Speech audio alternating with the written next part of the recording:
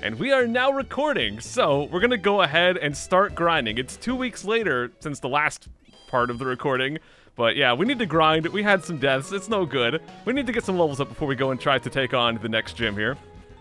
The only problem is I don't know where to grind, so we'll have to figure that out. So this is our team right now, guys. We've got Hono still. We've got Sparkhill, Joy, Mr. Donut Girl, and Tinkleball. So if you missed it, Kenya died. Harley died. Grinding in Hardcore Soul Silver is a nightmare. I feel like it's going to be. I wish I didn't have to, but the problem is, with those 2 deaths, I'm kind of scared now. Because Kenya, I thought, was going to carry us through the game, but he didn't. So I guess we could just start killing stuff, see what happens. We got Tinkleball up front here. Let's see how they do. Kenya died. Yeah, they got a mirror coat. Kenya was awesome. They were so strong, but yeah, they did a psychic, almost killed the opponent, and then they used a mirror coat or whatever it was, and it reflected, and it wrecked them. I probably shouldn't say wrecked them. I guess we'll go for Toxic. Is the part 2 on Twitch because it's not on YouTube?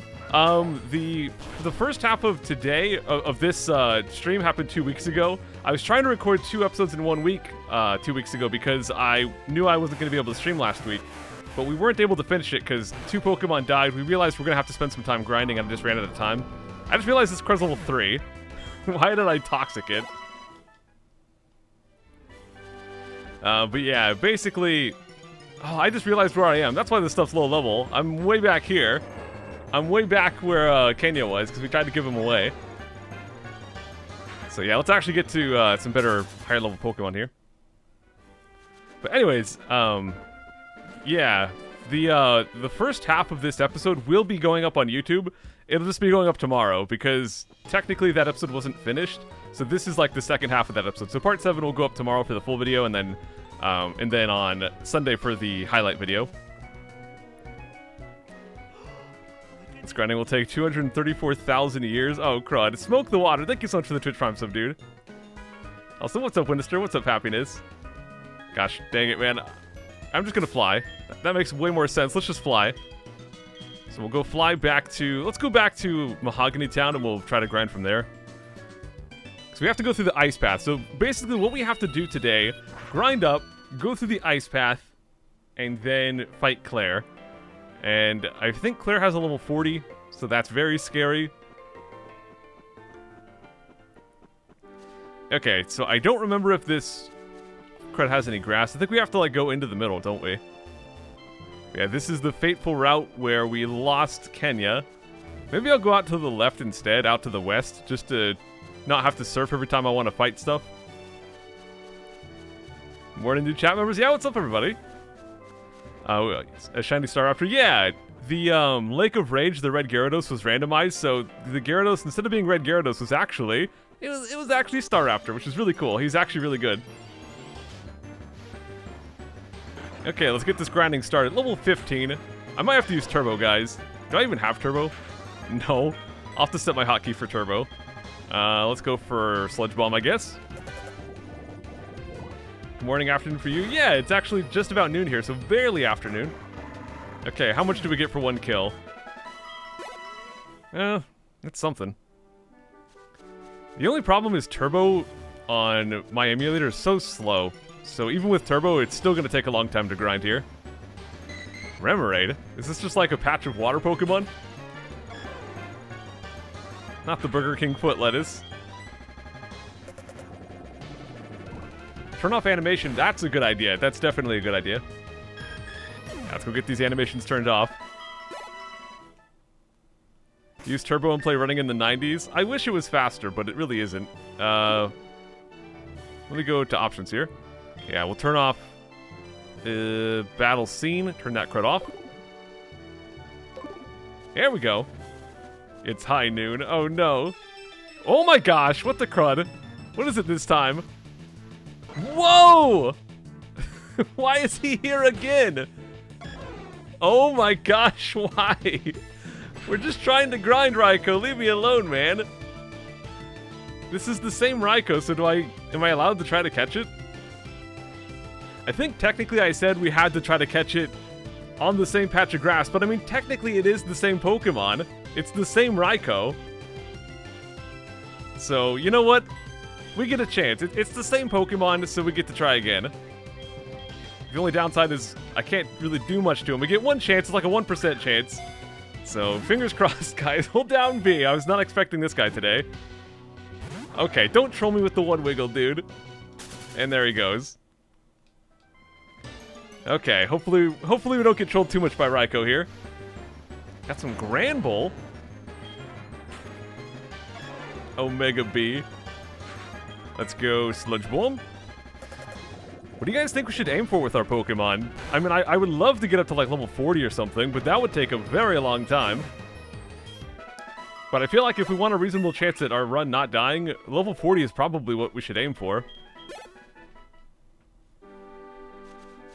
35, I guess? I guess maybe. I think some of my Pokemon are pretty close. I mean, Tinkleball is my lowest level, so they're the only one who's not in the 30s. Because, I mean, it really comes down to what Claire has. I think she's got a level 41 Pokemon. If that 41 happens to be something really weak, it's no problem. But, if it happens to be something really good, the run will die. So, we have to be very careful about that. Delibird? 30 seems a healthy place to get to. Well, I should point out the levels of my team, because we're just starting grinding. So basically, my team is where it was at when we were like, okay, we need to grind, because we're going to die. So, 2 weeks ago, we decided with this level of team, we've got mostly 33, we got 33, 33, 32, 34. So with these levels, we were like, my team's going to die if we don't grind. So maybe 35 across the board would be good.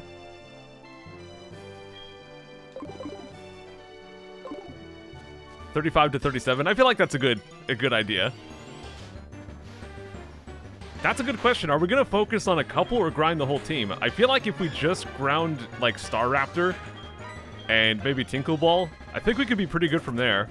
The thing is, like, Mr. Donut Girl and Joy, they're awesome, but they have a lot of trouble actually killing stuff. I guess Joy... You know what? I take that back. Joy has a instant kill combo, but the problem with the instant kill combo is they have to be higher level. Or maybe they have to be equal or higher, I'm not sure. But basically, for Joy, we want her to be one of the higher levels because that instant kill combo only works on stuff below her.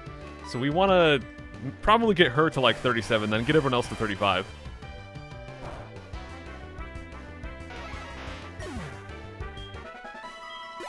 Get 2 to 40 and the rest to 35? I think that's not a bad idea. Get Joy to level 42 so we can just one hit kill the Claire gym battle. Yeah, they're good for stalling. That's definitely true. There's got to be a better place to grind, because these Pokemon are really low level.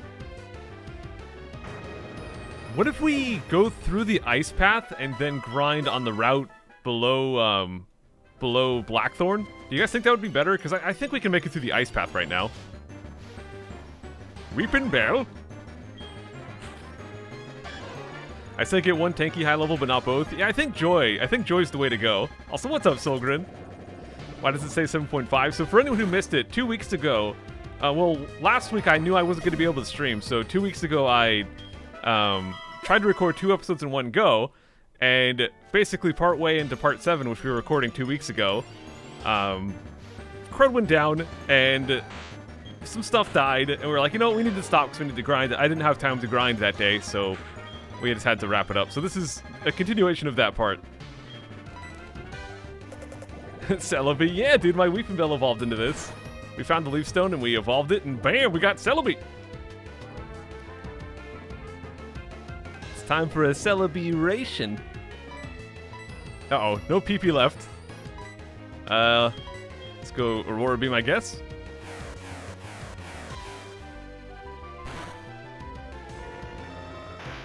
Imagine if your team were all legendaries. Yeah, that'd be awesome. Honestly, our team's pretty good, though. Like, Harley was probably our only weak Pokemon. And he had a chance to be good if he just evolved. But Kenya only died because they got unlucky and like barely didn't kill something and then got hit by a mirror coat or whatever it was. So that was just brutal. I mean, that's just bad luck. But Kenya was like so strong, dude. And they had the boosted experience, so they were so easy to level up. Kenya was just amazing, so it sucks so bad to lose them. Like, Harley was sad because I loved Harley. He was one of our first Pokemon. But in terms of, like, team strength, losing Kenya sucked.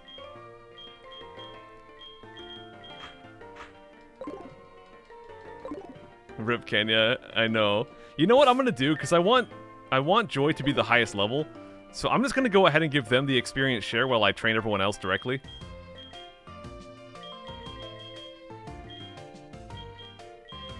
Because that way, they'll kind of naturally get higher level.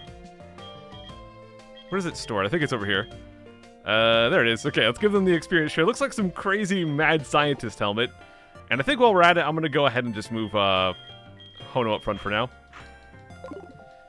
What's your plan for after Mario 3? We're going to do Poke Park 2. That'll start next week. What's Tojo Falls? I don't know what the name comes from, but I know that that's the thing that you have to go up to get to the Elite Four. Man, Hono's going to be kind of painful to work on just because they've not got a lot of PP except for Vacuum Wave, which Vacuum Wave's not that good. 1v1 me on Switch when Mario Party is out? Oh, dang. Oh, it's Johto, but the letters are rearranged. There you go. This Nuzlocke needed a good shakeup. I know, it was going so smooth for so long. Something had to happen. And it certainly did.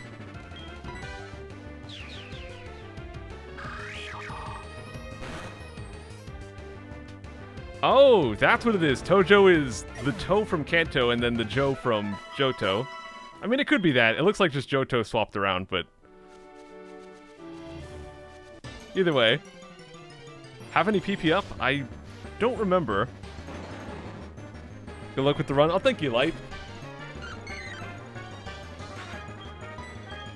I think what I'm going to do, guys, I'm going to get all of my Pokemon to 35, and then we're going to go through the Ice Path, because I think that we'll get some levels on the way, and grinding on the other side of the Ice Path is going to be more efficient. So I just want to get a little bit here. See, look at that. Joy's already up to 34, and they want to learn Eruption. What the crud, Joy? Wait, is Eruption physical or special? It is special. Oh, crud. Oh, crud, but I can't get rid of these stinking HMs. Oh, no. Gosh dang it, man. I don't want to get rid of Lock On or Sheer Cold. That would be silly. But I can't get rid of Cut or Surf. Is there like a move relearner in this game? Can we just like go get rid of Cut and then teach Eruption in its place? Yeah. We're gonna have to hope that there's a move relearner at some point, because we don't want to get rid of anything we've got right now. Feels weird to get rid of Eruption, but we're gonna give up on it, guys. Oh, move relearner's in the next town. Heck yeah! Okay.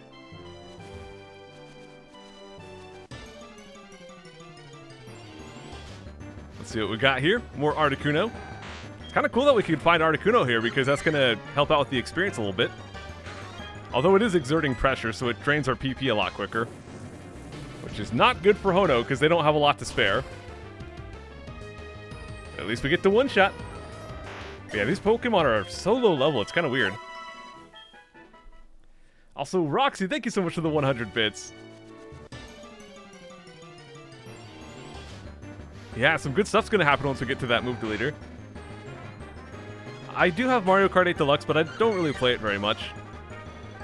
Hey, Psycho, what's up, Smart TG?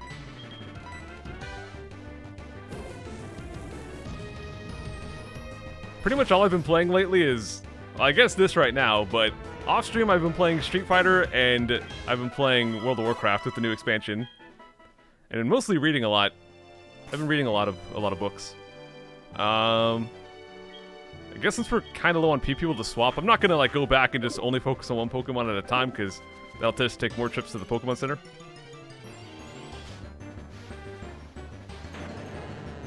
Hey, Psycho, what's up, Ashton? Okay, we've got Gramble. Oh no, we have to watch the sparkly animation every time, and the Intimidate animation too. Wait, we just intimidated each other. I guess we'll just do fly. Ice Path only has low to mid 20 Pokemon, so it might be easier to grind there. Okay. I also don't think we ever caught anything at the Ice Path, so we could probably go catch something. This probably will not level me up, even though we're very close. Nope. Alright, let's go do that, guys. Let's go grind in the Ice Path, and also we'll try to catch something while we're there. Torbjorn ready to roll. Did I love me some Torbjorn? I mean, the grass spot on the lake is cool. It's just kind of a pain to go back and forth to, but I guess it might be worth it. Get balls before Ice Path. We do have quite a few balls, but only one Ultra Ball, so just in case we find a Legendary, we should probably buy some more Ultra Balls. Woohoo, new catch. Yeah! So to buy Ultra Balls, we gotta go somewhere else, because I don't think they sell them here. So we'll go back to, somewhere else. I don't know, we'll go back to Ekritik. I think they sell them here. Oh, animation's still on. You backed out of the settings, so it didn't apply. Got it. Okay. Well, let me buy some balls first. If I can just remember where the mart is. There it is. Have you tried the new WoW raid? No, I haven't. I don't really have anyone to play with, so I have to wait for the looking for raid version. I'm guessing that I could probably like find a group if I like dug through or whatever, but I don't know. I don't know how hard it would be to get into a group because my gear's not that good. I've got like item level 320, I think. Okay, so we're gonna go back to Mahogany, and then we're gonna go to the Ice Path.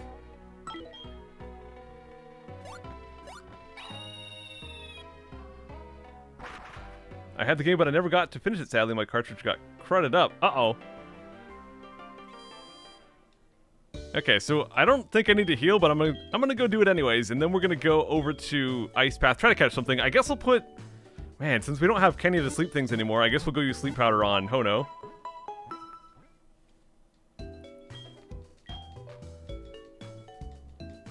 What happened to your mail series on the Crud channel? We just kind of stopped doing it. I never opened up a P.O. box after... let me see. Yeah, let's put Hono up front. I never opened a P.O. box up after I moved to New York. And once we ran out of mail, we just kind of stopped doing it, you know?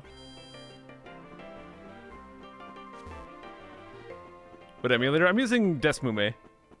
Have I missed much? No, Alex. Today we're basically grinding a lot, so you miss a little bit of grinding, and that's about it.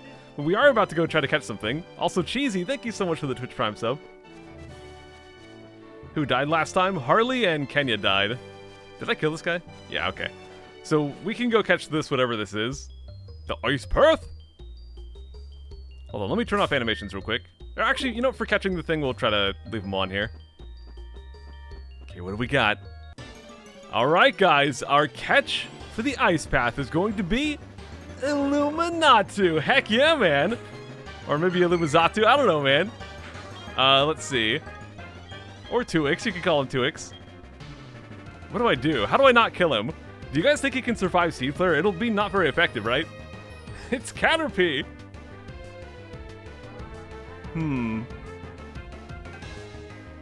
Illumizatu. Heck yeah, man. I think it can survive Seed Flare. Should I risk it? Vacuum Wave, maybe? The thing about Vacuum Wave, it'll be like 4-time resistant because it's flying and psychic. So it's not going to do crud. We're going to risk Seed Flare, guys. Oh, no. And we miss. Shadow Force? That sounds like an anime. Okay, let's go and hopefully not kill it. It won't be very effective. Come on, survive! A critical hit! Are you kidding me, dude? Gosh dang it, man. Why does it have to be a critical? Doesn't the game understand this is a Nuzlocke? Gosh dang it, man. We're just gonna turn off these darn animations. Okay. Let's start grinding, I guess. Rather chip it with Vacuum Wave. But it was... Let me show you how much Vacuum Wave does. If we find another one... Oh my gosh, this is the bird cave. But if we find another Zatsu, I'll show you how little it'll do. I don't know why I did that. It's part water, so it's not going to be very effective. But he still dies, okay. Should have listened to us. I mean, I think you would have lived without the critical. Are you playing on PC? Yeah. Oh my gosh. Oh my gosh. I guess we're just gonna... No, miss.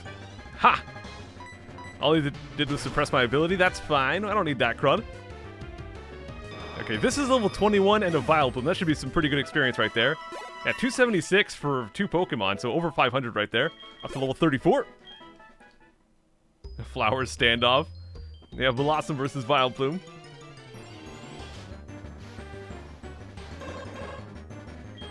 Okay, Xatu is back. Let me show you guys. Let me show you what Vacuum Wave would do to this crud.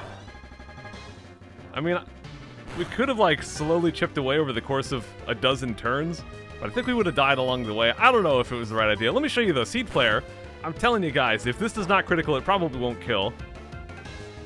Oh. Oh, it does kill. Wait. He might have lived with, like, a little bit of health. Maybe he only died because of the Vacuum Wave. That's right. It was just the Vacuum Wave's fault. Darn it, Pico. I don't think I'll have enough Seed Flare, PP. Oh, I got one more. Double hit.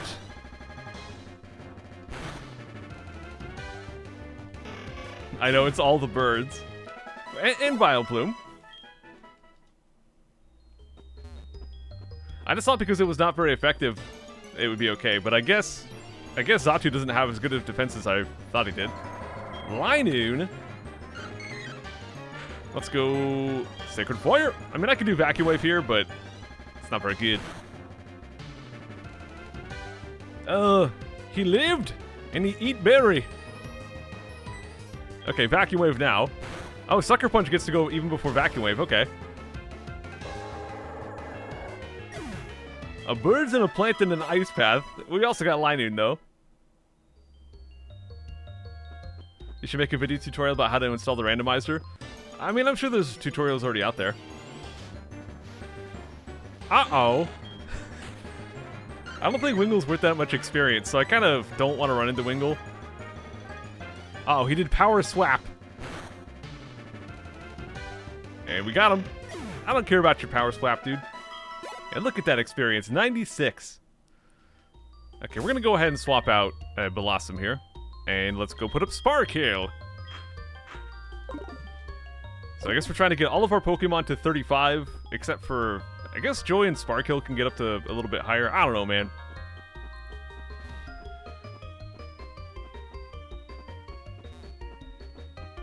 Today I'm going to be finishing it up. I think we still got 2 or 3 more episodes of Mario All-Stars, but it'll finish next week. And then we'll start, what the crud, mine? We'll start Poke Park 2 next week as well. Joy and Sparkill sounds good. I agree. Okay, we don't really have anything good. We have Flying, Grass, and Steel. I guess we could do, like, Mist Ball. Well, that didn't do crud. Oh, great. Let's do, I guess, Razor Leaf. I don't know, man. Avoided. Draco Meteor. Gosh dang it, Minun. You know what? I'm just gonna run. He's not worth the experience. Yep, good job, Sparkill. He didn't do crud.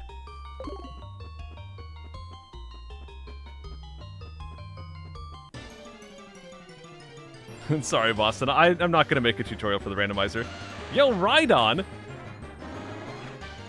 If only we still had Razor Leaf over on our other guy. But I guess we just use Focus Blast here. That'll do plenty of damage. In fact, it'll one-shot. Yeah, there you go, Mr. Donut Girl. 320 experience twice.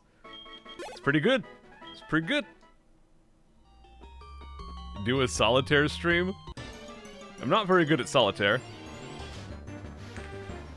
Talk to Donut Girl. I guess we could do that. What type is Shymeko? I always forget. Yeah, well, we'll just do Spatial Rend here. Snatch! And Spatial Rend does more than half, so that's pretty good. Psychic type, okay. Honestly, grinding is not going too bad. I wish it was like back in, you know, Fire Red, Leaf Green and stuff like that on the Game Boy Advance emulator, because with that card you can turbo extremely quickly. But with DS, I could turbo, but it would be barely faster.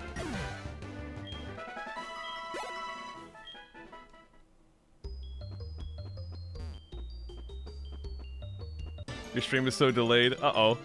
Can someone get me up to date where Psycho is? So right now we're in the ice path. We've got 7 badges and we're working towards badge number 8. We just have to get through the ice path and then fight the gym leader on the other side. The only problem is we had a couple Pokemon die last time, and we need to go and do some grinding so our team doesn't just fall apart here. Remember the Houndoom grinding? Oh yeah. You're playing a ROM hack of Pokemon Emerald that adds Pokemon and moves up to Gen 7? Yo, gosh dang! Your stream has like a 2-second delay? Well, that's good. Oh gosh. I just want to run away from Minun. I feel like they're not worth the effort. You're too scary, Minun. I feel like we're going to be here forever. In terms of like actual stuff we have to do, we got like 30 minutes of Crow. We just like walk through the ice path and fight the gym leader. And we're good. But because of all this grinding, it's probably going to take us like a couple hours. Yeah, what the Kingja? Okay. There's a lot of Pokemon in here. And hey, they're part dragon, so Spatial Rend gonna be extra spicy. Oh gosh, it still doesn't kill. Needle Arm. Let's go for Payday here, see if that'll finish him off. It does! Get some money. Oh yeah, that's one way you could check your delay. Just type a message in chat and then see how long it takes to pop up on screen. Fear the Onion! Uh-oh, okay, here we got Xatu again. I'm just gonna Spatial Rend. We've got 4 PP left. Giga Drain. Can we 2-shot? Wow, critical hit. Well, just 1-shot. I guess we're really good at getting critical hits on Xatu. Do you think the bus driver after getting off? I don't know. I don't know the last time I rode a bus. You know what?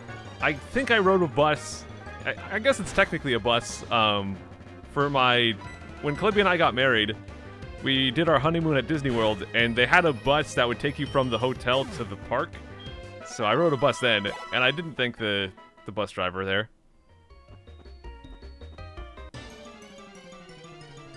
But yeah, I mean, I was homeschooled, so I never rode a bus to school or anything. Hey Psycho, how's it going? What's up, Locke? Just grinding away, man. Just grinding and grinding forever. It's never ending. I have a 32-second delay. Gosh dang! Honeymoon at Disney World sounds so awesome. It was, man, because when I was growing up, well, when I was a lot younger, like, probably from when I was like 5 to like 12, something like that, we used to go to Disneyland every year, because I lived in California.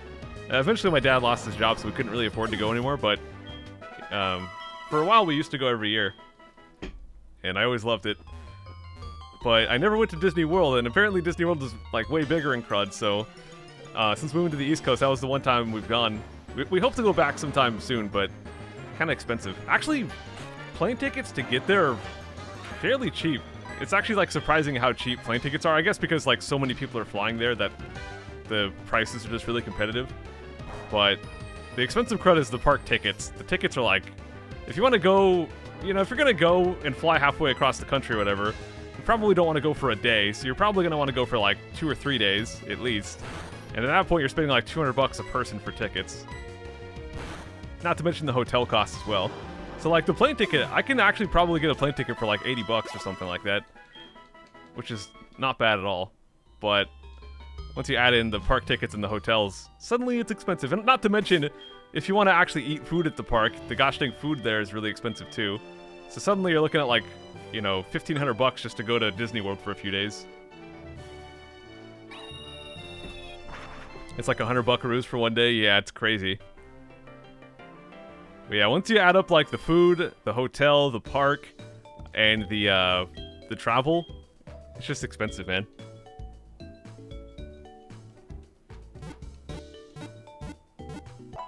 Yo, what's up, Mike? What's up, GSPR? And welcome to the stream, Sense. If you stay outside the park, you save money on hotels. That's true. I'm sure there's quite a few cheap hotels as well. Yeah, I mean, if we tried, we could probably get it down to under 1,000 for a 3-day trip. If we like stayed in cheap hotels and like didn't spend too much on food.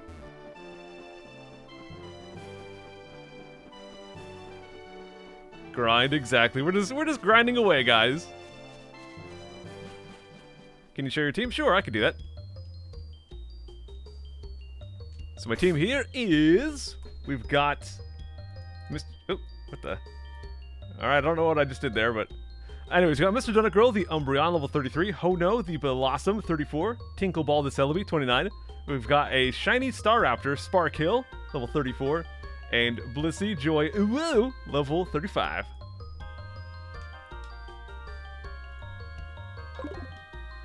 Favorite park in all of favorite ride in all Disney parks, monorail.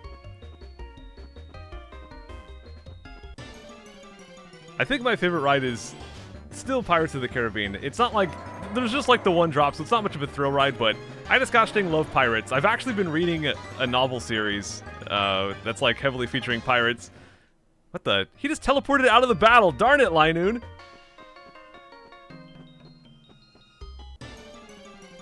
I don't spend $1,500 for 14 days of vacation in another country.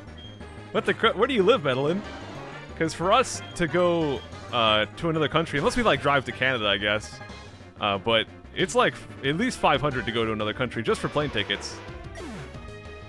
And you gotta keep in mind travel costs are doubled because I'd be taking Clubby with me. If I want to go to like Japan, $1,000 per person for plane tickets.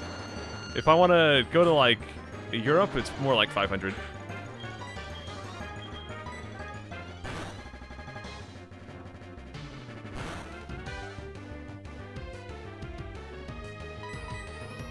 Last time I went to Disney, I was 16 and it was for a cheer competition that took place in the park. It was super cool. That's awesome. Uh-oh, we got poisoned. Let me see if I've got antidotes. Just imagine if you had a kid and traveled to Disney. Yeah, like I don't know, man. Like, Libby and I do want to have kids. Like, I'll probably be a dad within the next 2 or 3 years. But, gosh, where's my medicine pocket? I do not have antidotes. Crud. Let me go fly back and heal. But, I can't imagine ever wanting to travel until my kid's a little bit older. Like, people that travel with, like, 1 or 2 year olds, I'm like, how the crud do you manage? Never been to Disneyland? I love Disneyland. I mean, you do gotta keep in mind there's gonna be a lot of people there, and depending on when you go, the lines are also gonna be very long. If you go during peak times, you're probably gonna wait like over an hour to go on a ride. I mean, some rides could be like 2 hours. What's happening this stream? So we're trying to get the 8th badge. That's the goal for today, is get badge number 8.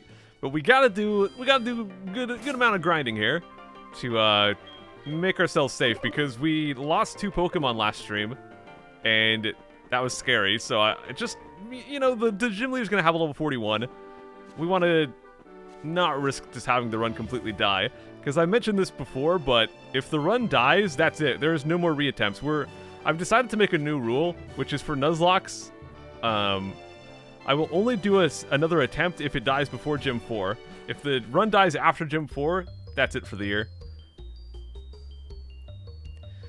I mean, Easy Pass can help, but you can't like get an Easy Pass for everything. So you kind of have to like get an Easy Pass for one thing and then come back later. You should go to the Bahamas. That'd be awesome, man. I love tropical areas and stuff. Well, I don't know. Is Bahamas technically tropical? I don't know, man, but I love beaches and oceans and all that stuff. I don't know what the technical definition of tropic means, but... I just went to the Bahamas this summer. It was great. Oh, awesome, dude. What do you do? Like, I always wonder this. Like, when you go on vacation to somewhere like the Bahamas, or say you go to another country, like, what do you do? Because... if you go to Disneyland, it's obvious. You go on rides. You go into the park and just experience the park and go on rides and stuff. But, like, if you go to another country, like, what do you do? Do you just, like, I don't know, look at stuff and, like, eat food?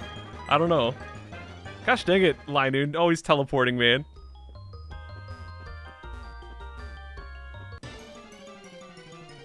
Explore? Yeah, that's what I figured. You just kind of explore and, you know, see the sights and eat food and maybe like go to, if there's attractions like museums or something, maybe go to those. Look at stuff and eat food. Okay. I mean, that's what we did when we went to Clibby and I for our anniversary back in June. We went to Salem, which is a very touristy kind of town, but we went there. We wanted to go to Scotland, but it's just too expensive. We couldn't afford it at the time. And Salem was only a few hours of driving away, so we just drove there.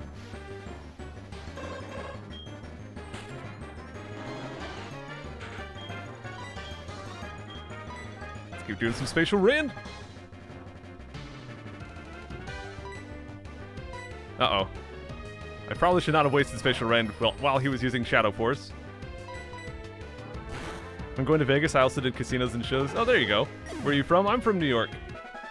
Not the city, though. I live in Cowland. Excuse me. I live in farmland, basically.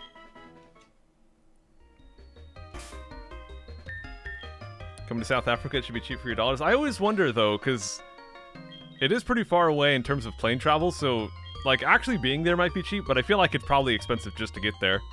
Like, that's the biggest barrier for me to go somewhere, is just, like, how much it costs to get there, because that's usually more than half of a trip's cost for me, because I'm not someone who, like, goes crazy and blows tons of money while I'm there. It's usually the plane ticket to get there that's the most expensive part.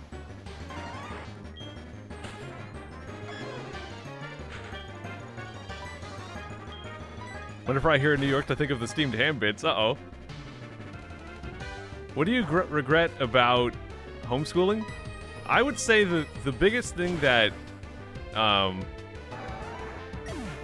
would say the biggest thing is that it's hard to relate to people because, I mean, you didn't mean to do it, but this is how everyone says. They say homeschooling or normal school, so it's by default I'm like the weird one. I'm the abnormal one. And it makes it hard to relate to people because I don't know what going to public school or private school or, you know, wherever else. I don't know what that's like, you know, so I can't relate to people on that level.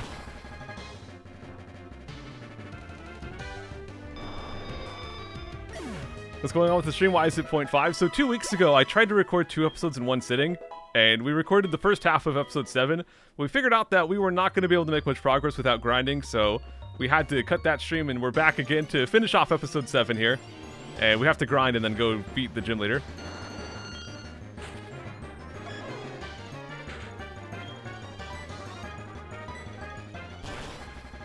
I think there's positives and negatives to being homeschooled. I think the main negative is lack of social skills. Like, to this day, I do find talking with people here, and I think that's true of a lot of people. I think there's a lot of shy people who are totally fine on the internet. They just don't have good social skills in person.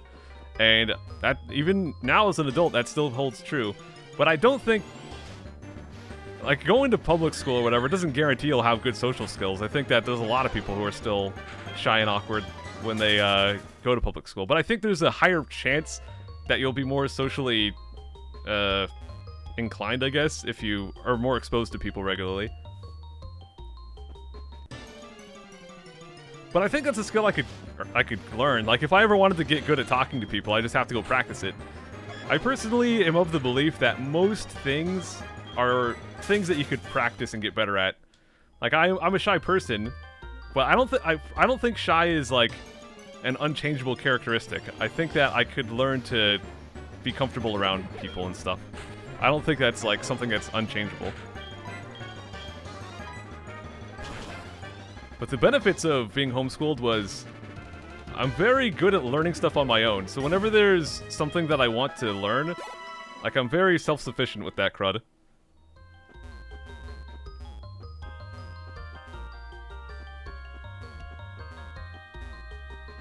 Because the way that my homeschooling worked, I actually don't know how most homeschooling works. I don't know if they, like, have a teacher that comes to their house, or if their parents, like, set up a classroom or something. I don't know, man. The way it was for me, my mom would give me my schedule for the day. I would do all that crud, and then I would turn it in on her desk. But, like, unless I had questions I specifically needed help with, I was just doing it myself. Like, it was just me and my books, basically. So I could always ask them for help if I needed it, but if I didn't, then it was just completely a thing I did on my own.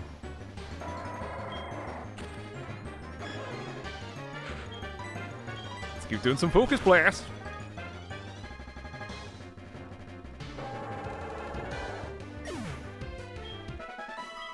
But you know what's weird? I honestly don't mind presentations. Like, I went to college for 4 years. Like, I actually took public speaking classes. I had to do class presentations. I actually feel like I do pretty good at that. It's kind of the same thing here. It's like when talking is one-sided, when I don't have to actively interact with someone, I do fine. I feel like I'm fairly well-spoken in general, but it's just when I have to, like, actively interact with someone in a conversation, I'm not used to that, crud. But talking at people instead of talking with people, I'm good at that. How could you ignore Erwin? Erwin's calling it a bad time, man. I'm trying to grind. I'm not trying to talk to people. Is Klebby the same way? Klebby is... I would say Klebby is more shy in some ways and less shy in others. I think that she's more comfortable just, like, saying hello to someone when you walk by. Like, what do you guys do? If you're walking by someone, let's say you're, like, walking down the sidewalk or something and someone walks by, do you say hi or do you just hope they don't say hi and you can also just not say hi? What do you do, man? I think Klebby's the kind of person who says hi. But I think Klebby also is the kind of person who, in social gatherings, like, there's introverts and extroverts, right? There's people who are, like, invigorated and they get energy by being around lots of people. And I think Klebby's someone who is fine being around lots of people, but when she wants to just relax and regenerate and stuff, she wants to be by herself or just with me or whatever. So she finds crowds more exhausting than invigorating or whatever.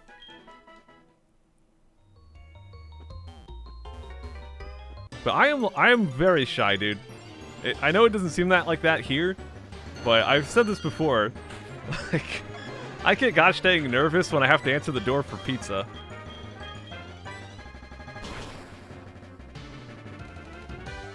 I hate interacting with people, but I also love public speaking. Yeah, I mean, I don't love public speaking, but I don't mind it. Because especially with, like, a presentation, you get to think about it. That's the thing. Like, if I can think about what I want to say, it's a lot easier for me than if I'm just, like, dropped in trying to talk with someone. Because I just don't have practice, you know? I always wonder, like, what is small talk? What is conversation? Like, what do people say? Like, what's normal? Because it always feels weird to me. It's like, what am I supposed to say? Do I just sit there and... You know, when should I raise new subjects? When should I just listen? When do I talk? Like, I don't know, man. You struggle with thinking on the fly? I guess so, yeah. I'm just not familiar with the conventions of small talk, basically.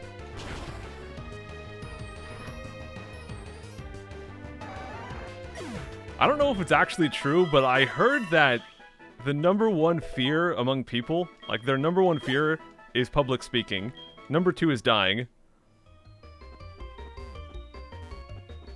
Improv classes help. That would probably help a lot, yeah.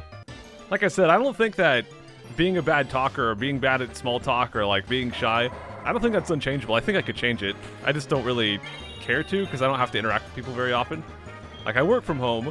My career aspirations beyond YouTube is I want to be a writer.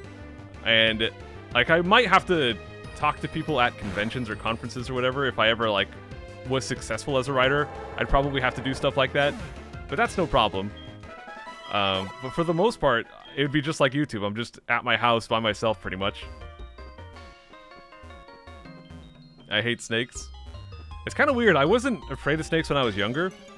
Because I remember well, I am afraid of snakes, but, like, I wasn't deathly afraid of snakes when I was younger. Because I remember when we went camping this one year. We used to go camping at this one spot every single year in California. And there was this one year where there was our usual camp spot that we went to every single year. For some reason, was covered in snakes. And, I mean, I helped get the snakes out. You can pick them up on the tail and you just toss them out, you know? Toss them into a tree or... Not hurt them, but, you know, just, like, throw them out of the camp. But the important note there is those were not, like, poisonous snakes. They were big, but they were not... Like, if they bit me, it would hurt, but it wouldn't, like, kill me. Like, if I see a rattlesnake, I ain't going near that crud. But if it's something that I know that, you know, at worst would be a bite, it didn't really scare me at the time. The overworld sprite is shiny? Heck yeah, man!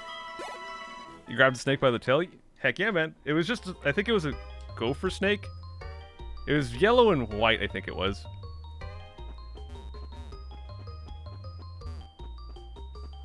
There's actually a lot of snakes at my parents' house. Well, just the first time we went.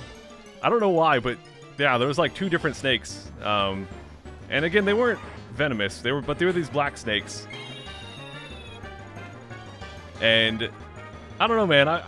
I'm pretty scared of snakes now, but Clubby had it the worst because Clubby just went into the bathroom. She, you know, went to the bathroom or whatever, and then she hears a hiss. Like, she hears a hiss while she's going to the bathroom, and she has to, like, run out of there.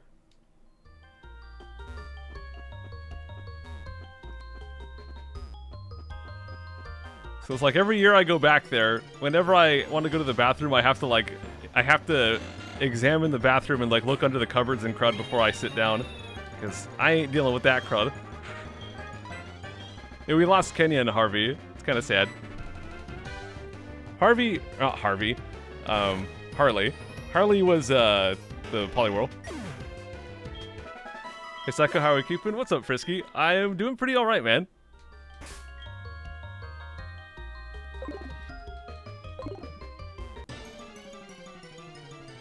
Lately I've just been reading like a lot of books.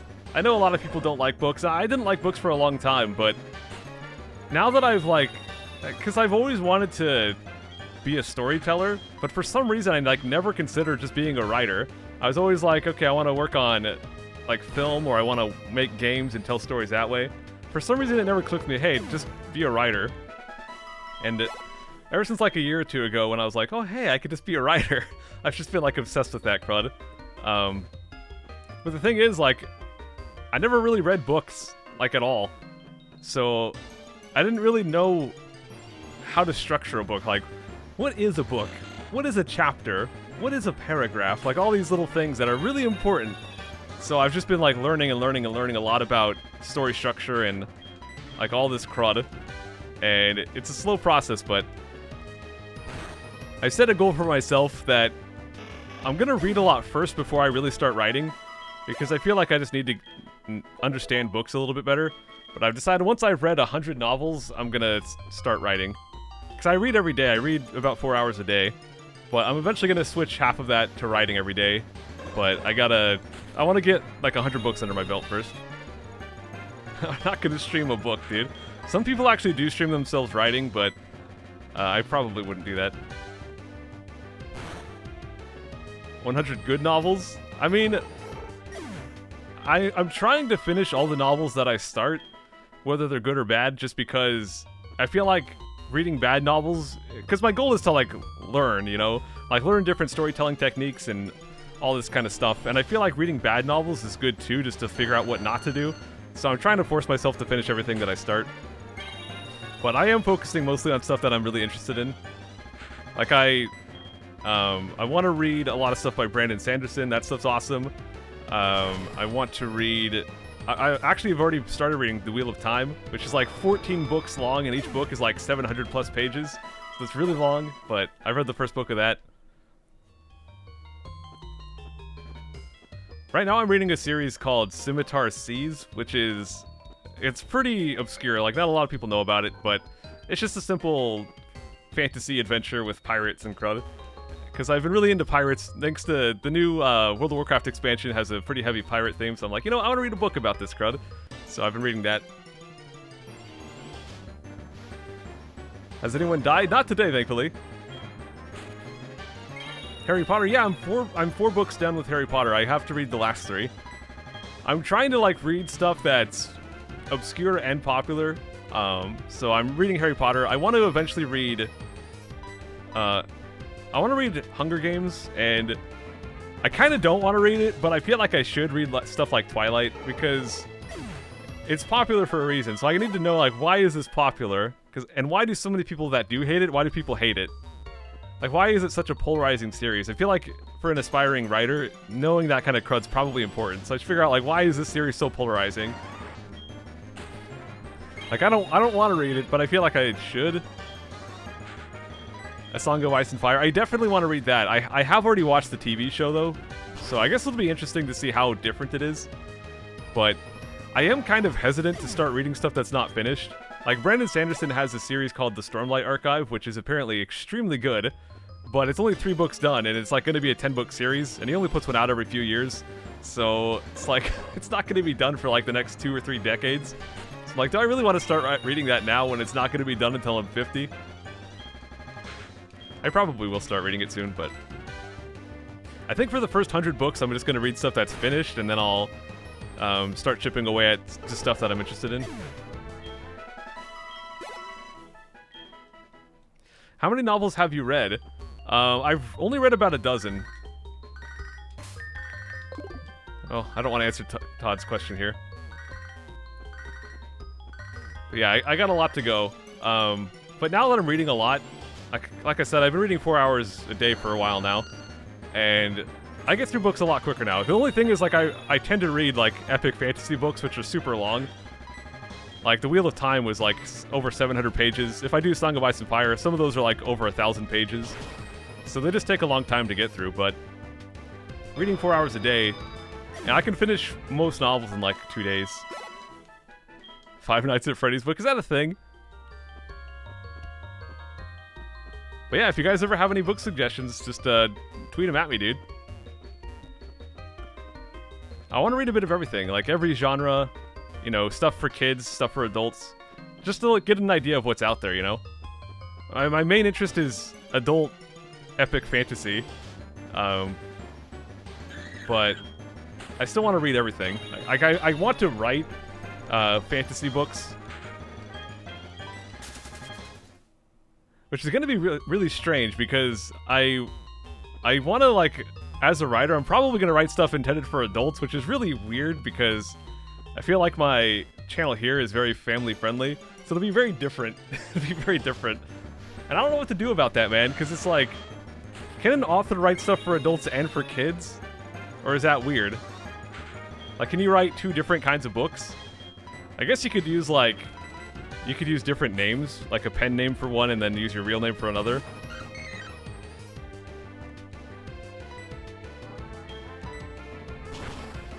The only time I really read is when I watch anime. Oh, yeah.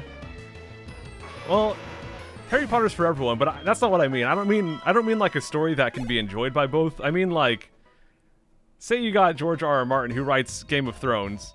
Could George R.R. Martin write something intended for an 8-year-old under the same name? Or would no one buy it because they're like, wait, this is the guy who writes these crazy adult books, you know? Like, parents would be scared to buy it for their kids because of the name. That's what I mean. Stephen King wrote children's books under a fake name. So that's what I was thinking, like, use my real name for, like, the adult stuff, and then if I ever want to write a kid's book, I could use a different name. George R.R. Martin does Cat in the Hat? Well, there you go. I guess it could work. Sing the Reading Rainbow theme. Game of Thrones isn't intended for children? I don't think so. I kind of feel like going back and healing just to get my PP back, but our levels are going pretty good, guys. Joy's already up to 37. We're making great progress here.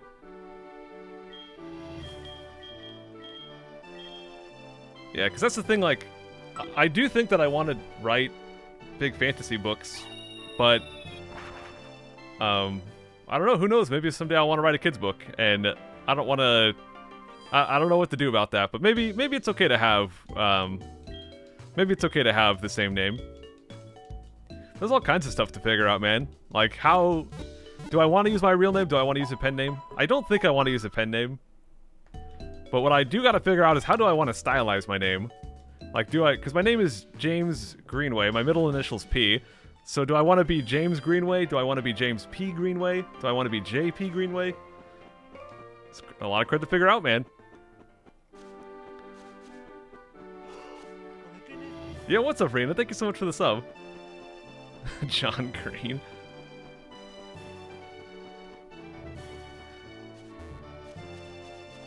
You should write an autobiography about gaming YouTubers / streamers. I don't know, man. I don't feel like I would want to write nonfiction.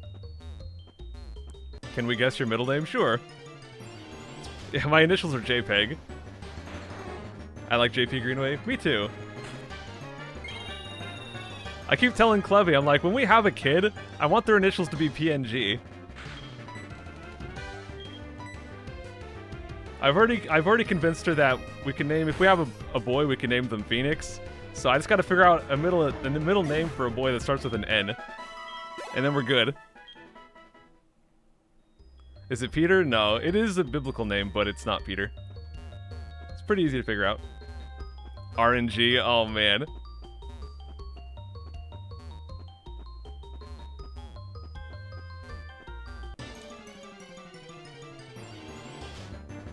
Yeah, there you go. You got it, Crazy. It's Paul.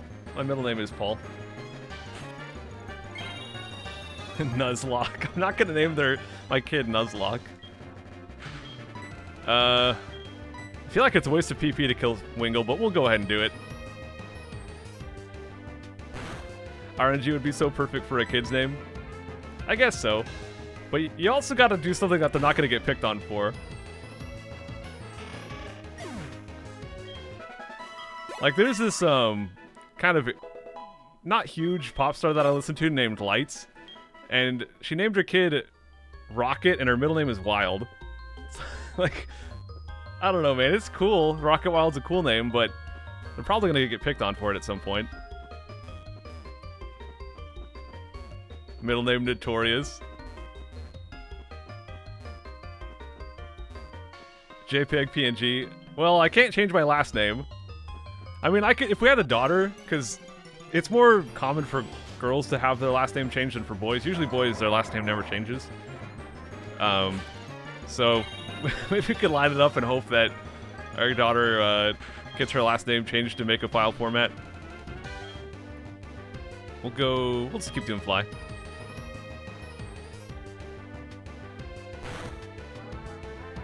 That's on the same level as Northwest, yeah.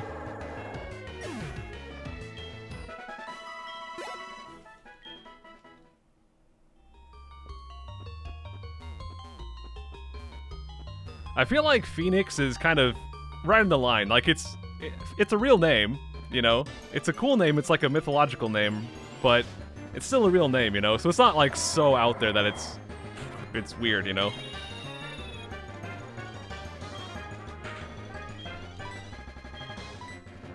Yo, what's up, Joe?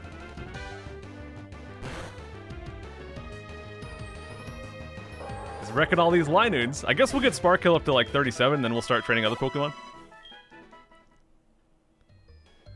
If we do it with an F, though, then we don't have the PNG initials. It has to be with a P.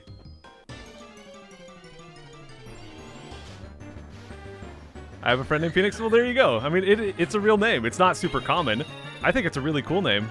But, yeah, it's a real name, you know?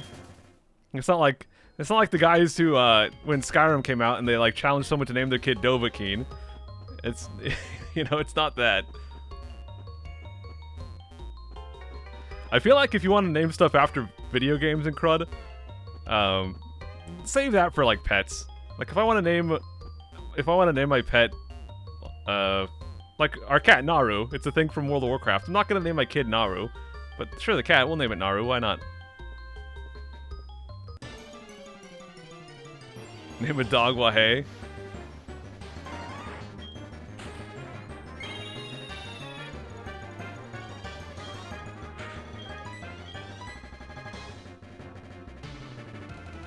But yeah, that's kind of what Clubby and I look for. We want names that are, like, cool and fun, but not, like, so out there that it'll be weird.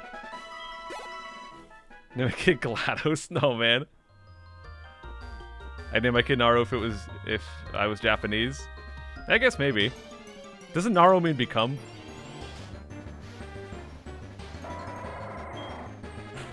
If you name your child Phoenix, try to encourage them to be an attorney. Oh gosh. It'd be so tempting to make their middle name right, but now.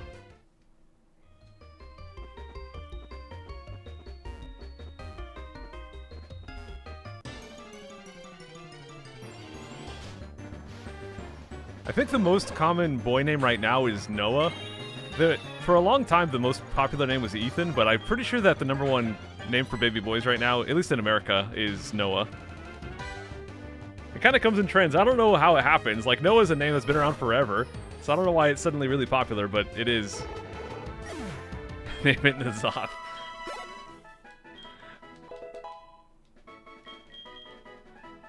Alright, Joy wants to learn Roost. That would actually be incredible, except we can't.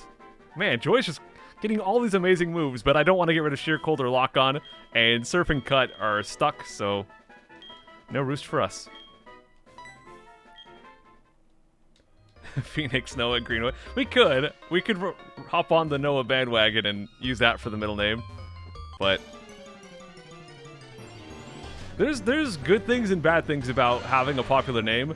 The good thing is when you go to Disneyland and they have those like little or any kind of gift shop and they have like the things with your names on it, like the little keychains with the names on it, you can actually find your name. It's great. Like, I can find mine. My name is James. It's pretty common, so I can get that crud. Yeah, Leafeon, thank you so much for the sub, dude. You know what's weird? Okay, do you guys think Chelsea is a common name? I feel like Chelsea is like a common name, but every time we go to one of those keychain things, we can never find Chelsea. And she has like the total standard spelling, C-H-E-L-S-E-A, like the normal spelling for Chelsea. It's not there. It's never there.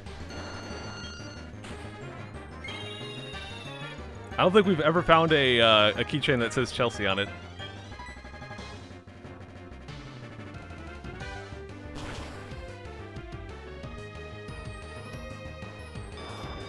What is the worst name a kid could have? I don't know. You know, some countries, they have a list of acceptable names and you have to choose from the list. But I'm pretty sure... I think in America you can name your kid whatever you want, but I'm not sure if there's like... I don't know if like if like some authority can veto it, if you like want to name your kid like a bunch of like weird stuff. If you just like want to mash your face on the keyboard and name your kid like, I don't know, like ASDF or something. I don't know if you can, or if there's like, they can veto crud.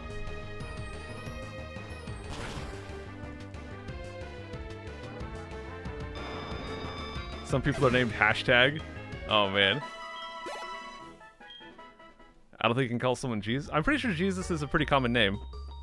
Like even the last name Christ is the thing. Like Jesus Christ is a pretty common name. Imagine a teacher trying to pronounce ASDF, yeah.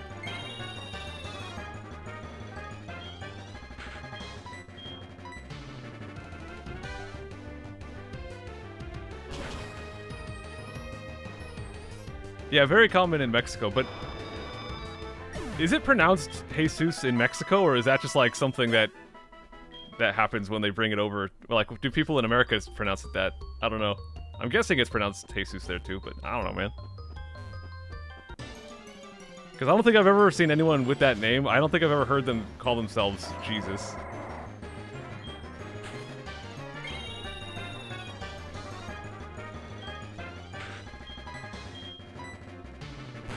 This guy with his darn sucker punch, man.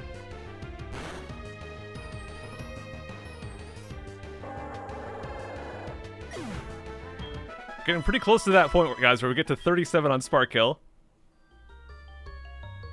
When you think about it, raising a family is technically a Nuzlocke. What the crud are you talking about, man? Every time you go to a new area, you can get a new... What? You can get the first dude you find? I don't think it works like that, man. Have you been abducting children? Please tell me no.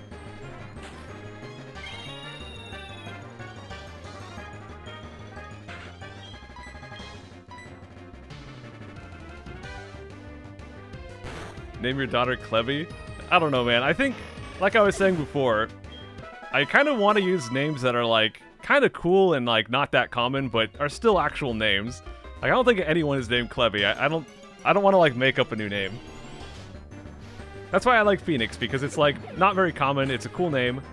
But it's still a name. Like, it's still a real name that exists already. It's not like some... You know, it's not like I'm going into a book of mythology and pulling out Phoenix. Like, people have already used that name.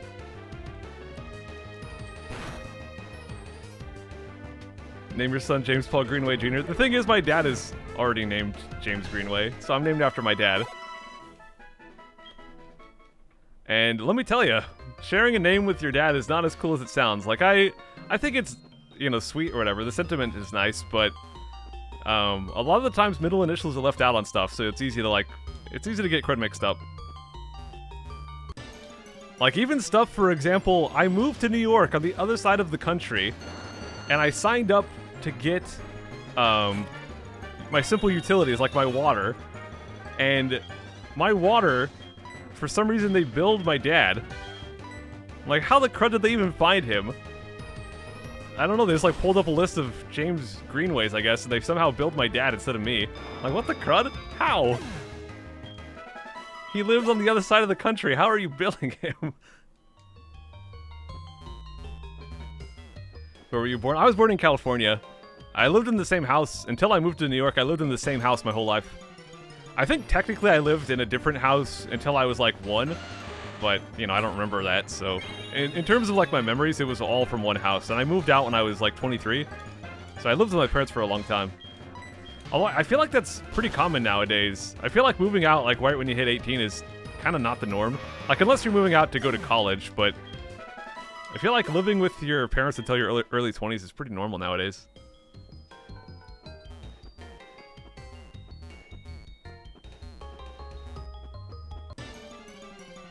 You should name your son Giovanni. Oh, man. Oh, I think I'm actually out of fly, so I can't fly on this guy. I guess I'll mist ball because he's part poison. Name him Bubsy. I moved into my own apartment when I was 18. I almost moved, not when I was 18. I almost moved a lot earlier though, because I was going to travel for college, but that ended up not happening, so I didn't move until I moved to New York. But yeah, if I actually left for college, I would have moved out at more like 19. I started college when I was 17, so I initially went to a community college. Well, I only went to a community college, but if I continued to get my bachelor's, I would have transferred to a different school. And I would have lived on my own then. Do you have a Dreamcast? Heck yeah, I do, man. How old are you? I'm 26 now. I'll actually be 27 pretty soon. The years fly by, man. I'm getting older, but you know, it's okay because I look at it this way, man. I'm roughly a third. I'm getting near a third of my way through life. I mean, maybe I'll get lucky and get more than that, but I'm basically exiting my first third of life and entering the second third. I still got plenty to go, man. You turned 33 this year? Oh, man.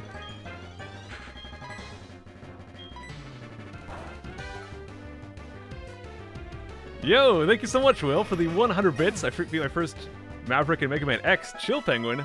Who would you go for next? Oh man, I wish I could help you. I've actually never played Mega Man X before. But if anyone has some advice for that, definitely toss it into the chat there. Okay, so we got that guy up to 37. I guess we'll go get everyone else to 35, and we'll call it good. Good night, Psycho. Take care, Quinn. I don't like thinking about aging. Being old isn't fun. I guess not. It is kind of weird because I'm getting such a late start. Well, it's not that late. I mean, I'm only 26 going on 27, so I'm still, in the grand scheme of things, I'm still pretty young. But, like, I want to be a writer. It's probably going to take me until, like, if I work really hard and, like, dedicate a good chunk of my life to it, maybe I'll get lucky and get published in, like, 5 to 10 years in my 30s. And when you want to... My big aspiration is to write, like, a big, fat, epic fantasy series, right? Like your Brandon Sandersons do, or like your, you know, Wheel of Times and Song of Ice and Fire, like those big series. But the thing is, getting published with something like that is a lot harder than getting... Like, as hard as getting published already is, Getting published with something like that is even harder because it's more paper. They have to know that your book is going to sell because they have to have multiple books sell. So getting that kind of stuff published is even harder. So it might take me like, who knows, until I'm like mid-30s, 40s, if it ever even happens at all, you know? And then you have the problem, which is writing a big series like that can take a very long time. Like, look at A Song of Ice and Fire. That crud he's been writing that for over 2 decades. Like, the first book came out in 1996, and he's still got 2 books to go. Or look at, you know, Brandon Sanderson. He's working on a series called The Stormlight Archive, which he's 3 books deep in. It's going to be a 10-book series, and he only releases one every 3 or 4 years. That crud is going to take him 30, 40 years to write. Like, he's 42. He'll be done with that crud, like, in his 60s. So if I don't get started on a big series until I'm in my 30s, you know, it could take basically the rest of my life to finish that series. Which is scary in a way, because it's like, you know, what happens, right? What happens if you're like the guy writing the 10-book series and you die before the last one's done? That sucks. I mean, I guess it happened with Robert Jordan with Wheel of Time, unfortunately. He wasn't able to finish it. But I guess, you know, Brandon Sanderson finished it off, so I guess there's always the chance that another author can finish your work for you. Oh my gosh, I can't escape. Just run away, Hono. Just run away. Thank you. In 38 days, I'll become 14. Oh, man. Someone continues your legacy. I guess that's the thing, though. You have to have a series that enough people care about to even get that.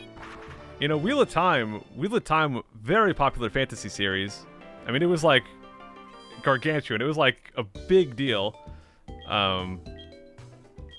But if you're just like someone no one knows, like you're just some like indie author who sells maybe a few thousand copies, you know, you're making a living, but you're not like, you know, you're not like a celebrity or whatever, right?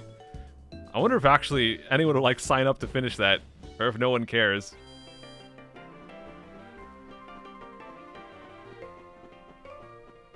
You know, I want to be a writer because I just want to tell stories, but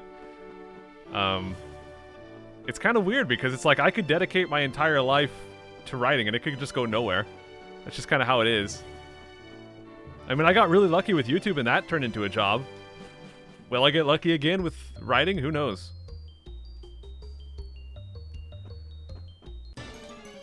I do think, I don't know, just like YouTube though, I do feel that with writing, if you make something good enough that people actually want to read, people will find it. I feel like, just like YouTube, I feel like that's true of writing. So if I continue to strive to get better, I think it can happen. YouTube your career? I would say YouTube is like the thing I'm doing right now, but my life aspiration is to tell stories, and for a long time I thought I wanted to tell stories through video games, but I kind of realized, like, why don't I just cut the fluff and just write books? Because with a video game, you have to focus on gameplay and graphics and music and like all this stuff. And I feel like in the right circumstances, they can be great to tell stories. But I think that it'd be easier to just like, if you want to just tell stories, you know, adding all that extra stuff is just kind of distracting from it. And I've been thinking a lot about this. I feel like there's certain stories that work really well in video game form, but I think there's a lot of stories that just don't. Yeah, Leafeon, thank you for the 500 bits, man. But I mean, think about it. If you wanted to, like, have a grand epic story, say you had Game of Thrones, right? Say you wanted to tell this story that's, like, millions of words long.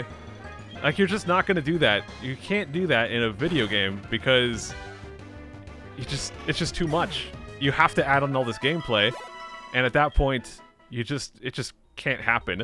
You can't have, I mean, I don't know, it's hopefully you guys get what I'm saying, but it's like, you just can't tell that big of a story in a video game, because most players aren't gonna want to do that, and it's just like unfeasibly large.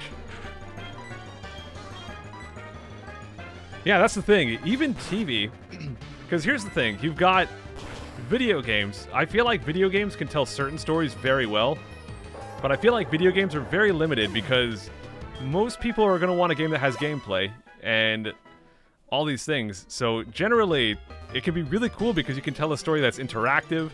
You've got all this audios and visuals and like all this cool stuff. So in some cases, it's perfect for story. But you can't really tell like a grand epic story in a video game because there's just not enough space. Then you get to movies. Movies are a little bit better because you can very tightly control it. Video games are kind of more open-ended, so they kind of have to be structured that way. With movies, you can have something very precise and exactly what you want. But movies aren't really good either because movies are expensive and they're short. Like, the price per minute of movie is ridiculous. And very few series get turned into big stuff like that. You have to be like the most popular, the biggest book to even have a chance, and they have to cut a lot out. Like there's this big cliche of like, oh, the book is better. Like there's always this cliche of that, right? But as I've been reading just like Harry Potter, for example, like it's not just that it's different, it's that they like half the book is missing.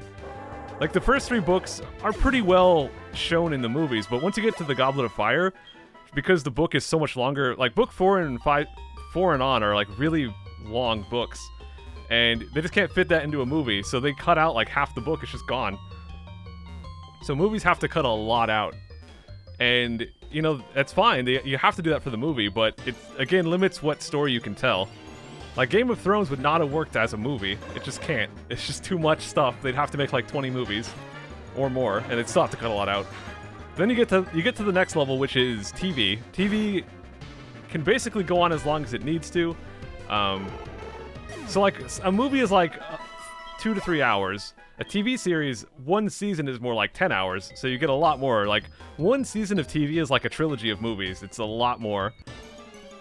So I was just saying, you need like 20 movies to say Game of Thrones.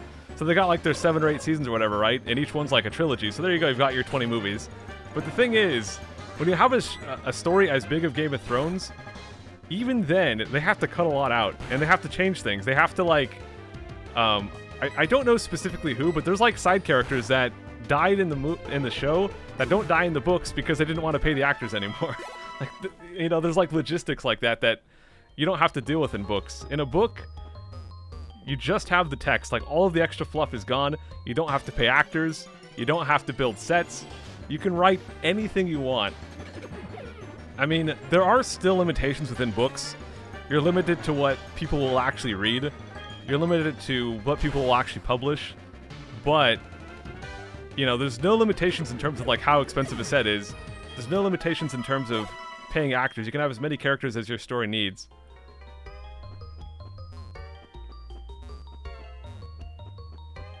Comic series? I would say a comic is somewhere between a book and a movie, because it's like you still have to write the dialogue, but you have the pictures in place of like what the movie would be.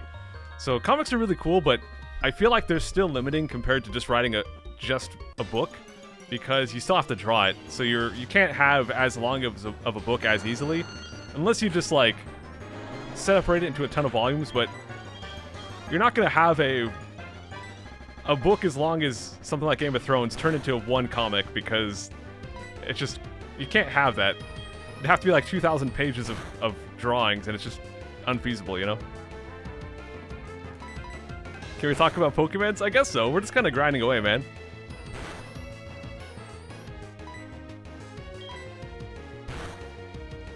I'm just trying to fill air as we grind. Just talking about whatever. And you know, I've been reading a lot of books lately, so it's stuff I'm thinking about. I know a lot of people don't care about books. I actually, until like a year ago, I didn't give a crud about books. I like never read books. But I finally understand them. Like, I finally get books, and it makes them really cool to me. Feel is the cutest thing ever. They are very cute, but they're not one of my cutest, I would say. Been in the save cave this whole time? Pretty much. Back to class, see you, Psycho. Oh, take care, Leafeon. Do you have a favorite book/book series? Not really, because I'm like I said, I'm kind of just getting into books, and I've only read like a dozen books, so it's hard to say right now. Out of what I've read, I mean, I've read the first 4 Harry Potter books, so Harry Potter would probably be my favorite. But I've also read... What else have I read? Well, I read those. I'm reading a series called Scimitar of Seas right now, which is like a pirate fantasy book. I don't really recommend it. Like, it's fine. It's a good series, but it's not incredible or anything like that, so I don't really recommend it. I've also been reading some stuff from H.P. Lovecraft, which, I don't know. I've only read a couple. I don't like it as much as I feel like I should, but we'll see how that goes.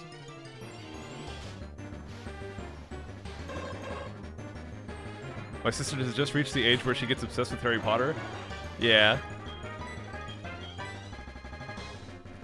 That's something I really want to figure out. Like, what is it about Harry Potter that... What is it about... Crud. I'm not trying to do that. I'm just trying to get through text. Okay. What is it about Harry Potter that makes people so obsessed with it? You know, why does it grab people's attention so hard? Gosh dang it. Whatever this torment does, it's super annoying. You should read Ender's Game. I need to, man. There's like I've got like a big stack of stuff I want to read. I want to read all the rest of the Harry Potters. I want to read Hunger Games. I want to read Wheel of Time. I've read the first book of Wheel of Time. I want to read the whole series, which is like 13 more books. I want to read Mistborn. I want to read a lot of crud. I want to read some Stephen King stuff.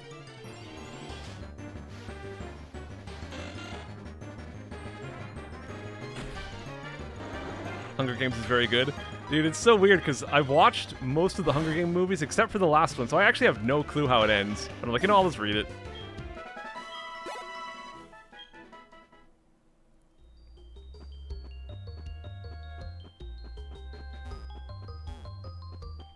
I think that might be what it is with Harry Potter, is it's like...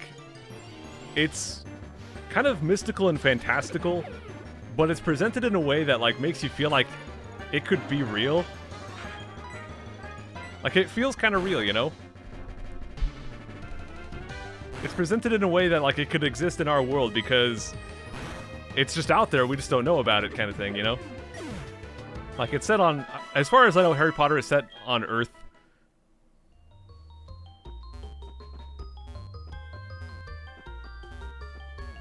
If you like Hunger Games, you'll like Darkest Minds. Okay. Yeah, guys, if you got any book suggestions, definitely send them to me on Twitter. Because I'm reading 4 hours a day now, so I'm going through books pretty quick. I mean, I read mostly epic fantasy, so they're really long. So even though I'm reading so much, they do take a little bit longer. Because they're like 700 plus pages. But for shorter books, man, I'm done in a day or two. So if you guys got any suggestions, definitely send them my way. Cause Gym Battle has 3 level 38s and 1 level 41. Gosh dang. Anne McCaffrey. Doesn't she do the Dragon Riders books? Or is that someone else? I feel like I've heard that name. I haven't read any of that, but yeah, the Dragon Riders... Is it Dragon Riders of Pern? I can't remember. I guess keep doing Spatial Ren. What's the Twitch new super low latency, by the way? It's just an option they added, so each individual streamer can choose to turn it on or off. And if you turn it on, it's just awesome, low latency. Daughter of Smoke and Bones trilogy? Okay. Here we go. But yeah, like I said, I'm trying to train to be a writer, so I'm just trying to learn as much as I can about books. So I'm reading, like... I'm just reading everything. Like, even stuff that I'm not interested in. I mentioned this earlier, but stuff I'm not interested in, like Twilight, I don't want to read it, but I know that I should, because I need to understand, like, why is Twilight so popular, yet also so hated? Like, why is it so polarizing? You know, I need to learn that stuff. Can you do credit art? We'll do some credit art once we get to the next town. There's actually not a lot. The Berenstain Bears? Oh, man. Hey, what's up, Torpedo? You gonna read 50 Shades? Jeez, I don't know, man.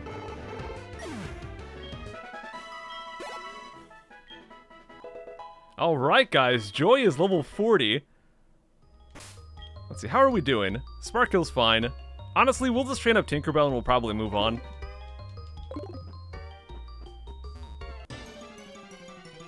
Oh yeah, the Percy Jackson books. I really want to read Kingkiller Chronicle, but it's not done yet, and I get scared about like starting a series that isn't done, because it's gonna, you know, you're gonna have that feeling of like, I can't read the end of it. That's why I'm scared to read A Song of Ice and Fire.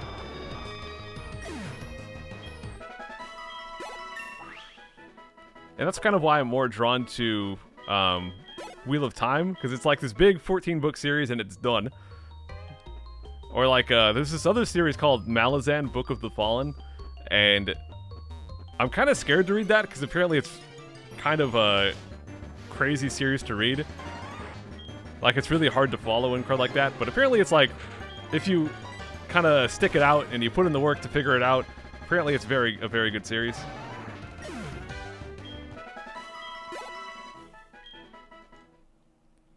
Book club. I can't ever see myself doing a book club.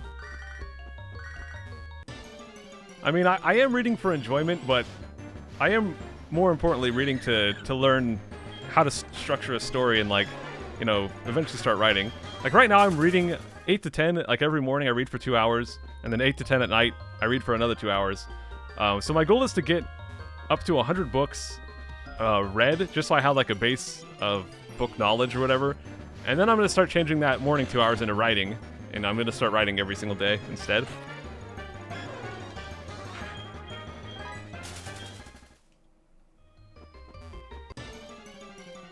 Read Captain Underpants. Read the Necronomicon. I don't think that's an actual book, though. I think that, well, I think someone might have made a Necronomicon as a joke, but I know it was a running gag for a long time that people are like, wait, is this real? Does it actually exist? And then it's like, no, it's just a fake book. But I think someone made one at some point. Book channel on Discord would be great, I think. Maybe.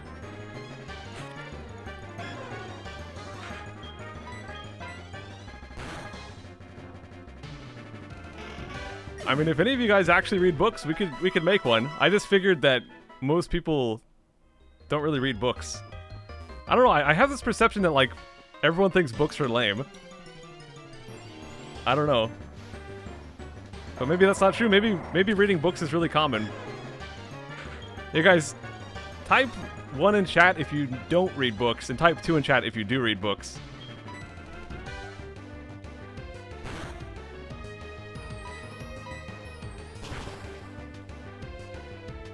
I should put an asterisk. If you read books for your own pleasure and not for school.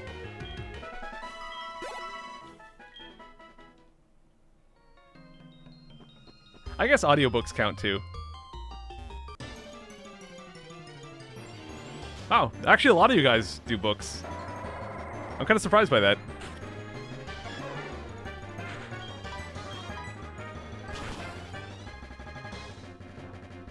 I don't know why, but I always felt like no one likes books, and it's like kind of like a weird subset of people that actually do like books, but I guess I'm wrong. I guess it's more common than I thought. I thought like 10% of you would say that you read books. I read people like books in Smash Bros. Dang. I know only very few people who don't read books, huh? I mean, I guess that's true, like, Klebby does audiobooks. She doesn't really sit down and read that often, but she does do audiobooks quite a lot. And I don't know. I have a hard time following audiobooks. Like, I'm not the kind of person who can just, like, have something on and kind of half listen to it. Like, I'm either all in, just sitting there just listening to it, or I'm just, I don't know. I don't like half listening to things because I don't want to miss anything. I like to know exactly what's going on and not miss a single line. So I find that audiobooks are tough for me because if I ever, like, don't hear something, rewinding is a pain.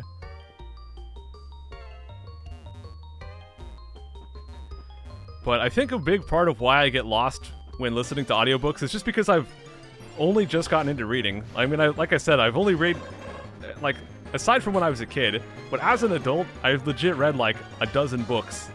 And that's it. And it's all been over the past few months. So I'm like just kind of understanding books and like getting used to how it's worded, because books are written differently than we actually talk. It's very different, and it always throws me off, but I'm starting to get the hang of it. And I feel like once I kind of am familiar with like the language of books, I feel like I'd be able to follow an audiobook a lot easier. Still streaming at 3, probably. We're getting close to done with the grinding, thank goodness, man. I just want to get Tinkleball up to 35, and then maybe I should get the other two that are 34 up to 35, but that won't take a long time. Once Joy's at 42, I'll also take the experience share off. I just want her to be... Actually, how does the one-hit KO moves work? Can you use that if they're the same level? Because Claire has a level 41. If I can use Lock on Sheer Cold at 41, I'll just do that.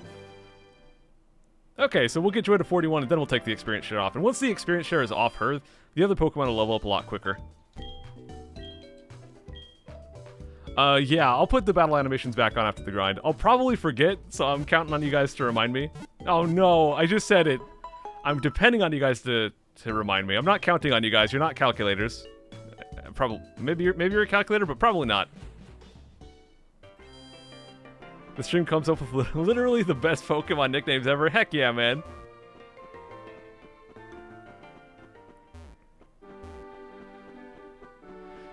You know, I kind of wonder if people actually learn better through videos, because a lot of people say like I'm a visual learner, I learn a lot better through videos, or I'm a tactile learner, I learn a lot better hands-on. I wonder if people actually learn better like that, or if they just feel like they learn better like that because it's less boring. And if people like conflate being entertained with learning more better. I kind of wonder that.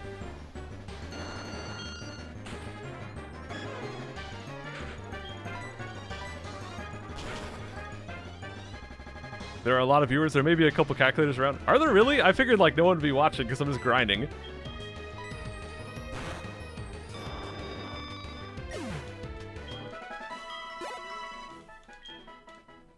There's a test you can take. Is the test like just asking you questions about your preferences though, or is there like actually, you know, it gives you a portion where you read and then it asks you a bunch of questions, and then there's a portion where you watch a video and then it asks you a bunch of questions, and it sees which one you grasped, you held on to better. There's like 15 viewers. Hold on, I'll check for myself. Oh, you're right, 15, yeah. Let me click back over here. There we go. 203 people like your grinding. Oh, man.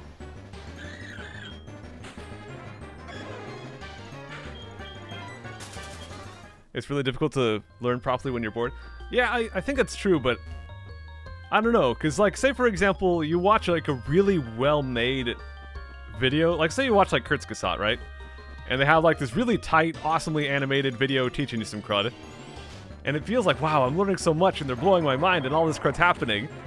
But after the video's over, like, how much of it do you actually hold on to? Like, how much do you really remember of that? Like, if you had to get, like, say you had a test for it the next day, how much of it would you remember because you watched that video? Or heck, how about they test you, like, an hour after you watch the video? How much of it would you still remember? Or even, like, you watch it and then you get tested right after the video's over. I don't know, man. I just go hunt and forget it an hour. That's what I feel like happens a lot. I feel like the true way to learn stuff, and this is used a lot in language learning, is something called... It's basically repeated exposure. Like, if you learn something, you're going to forget it. But if you get exposed to it again, it'll refresh it. And then after you've had multiple meaningful exposures to it, then it finally sticks. And there's something with language learning called a spaced repetition system. It's basically flashcards, but they're spaced out in a way so like the first time you see it, you answer it correctly, you'll see it again in like 4 hours. Then you answer it again correctly, you'll see it again in 12 hours, and then a day, and then 3 days, and then a week, and then a month, and then 3 months, and then 6 months, and then a year, and then 2 years. You know, and so they'll like space out how often you see it based on how well you do. But if you get it wrong, you'll see it again sooner and stuff like that. And I feel like you don't, until you can remember it for like more than a month, you probably don't really know it that well. Why did I use that? I should have used some Focus Blast.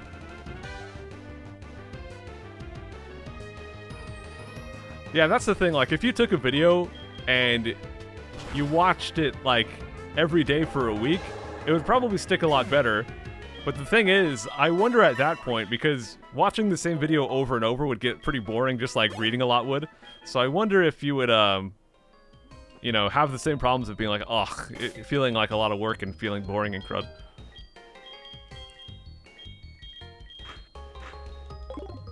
Are you still learning Japanese? Heck yeah, man. I mean, slow and steady. I'm only studying like an hour, maybe 2 hours a day, so it's pretty slow. It's gonna take quite a few years to like actually get good. If you want to get good at Japanese quick, you gotta put in like 6+ hours a day, pretty much. Like the people who do it in 2 years, there's this concept called, well, there's this thing people do called like all Japanese all the time, and basically the idea is that you actively study as much as you can. But even when you're not actively studying, when you're just like doing other stuff, you're always listening. Like you always have audio in that language playing, like 24 hours a day. When you're sleeping, when you're showering, when you're just sitting around, when like literally all the time. And people who do that get fluent in about 18 months to 2 years. So, you know, taking a more casual approach of doing like an hour or two a day, it's gonna take a long time, man. Sounds like torture. I mean, I don't know. I think it would be if you're just like listening to stuff you don't like, but if you're listening to anime all day, you know, it's not that bad. Waterproof headphones. Well, you can buy a Bluetooth shower speaker for like 15 bucks on Amazon. Do you like curly fries? Yeah, man.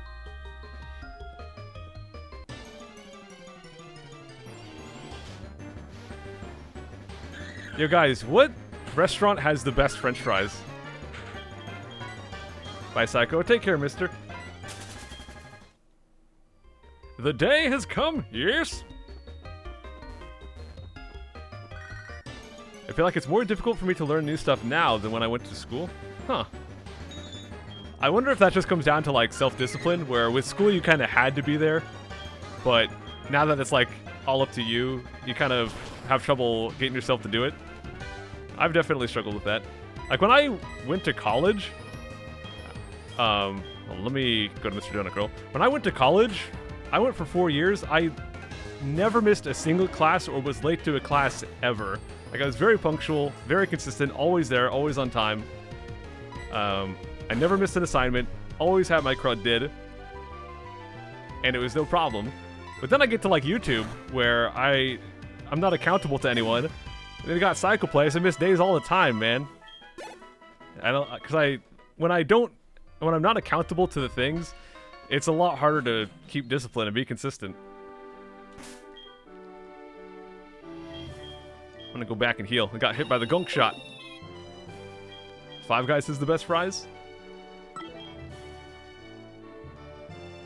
Oh, Chick-fil-A. Everyone says Chick-fil-A is so good. I've been there once and I can't even remember it. It was like 4 years ago, I think. And I only went once.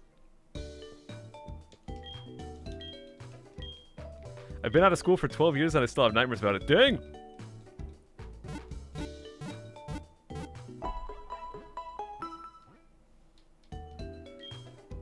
CFA has waffle fries? What is that? Oh, Chick-fil-A. Got it. Chick-fil-A is whack? Uh-oh. There we go. I actually put on my bike. If you guys ever saw me, like, randomly open the menu for some reason, it's because I kept, like, pushing the wrong button to open my bike. And then I just never actually got on my bike ever, but I finally found it, guys. I found the correct button. Yo, when I was in Salem, I went to this one little restaurant with Clebby, and they had these garlic french fries, and they were so good. Because, like, I'm personally not a big fan of steak fries, like big, meaty, potato-y fries. I like them when they're, like, thin and crispy. And those things were so crispy, and they were so delicious, and had that little bit of garlic flavor. It was great, man.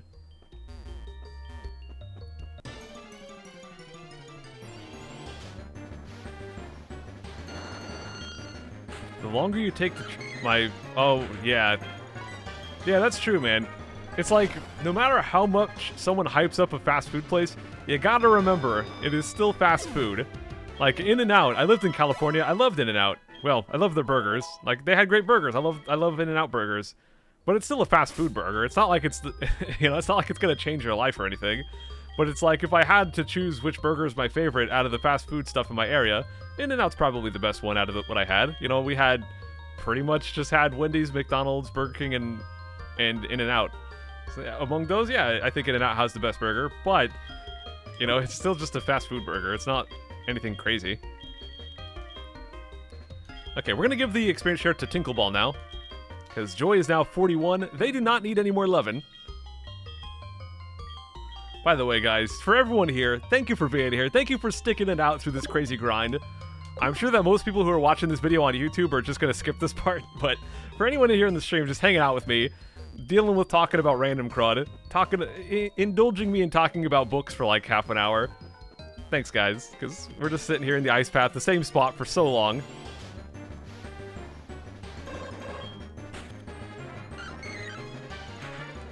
Okay, so against this guy, we'll just go do Sacred Fire, even though we know Seed Flare can kill him, I guess.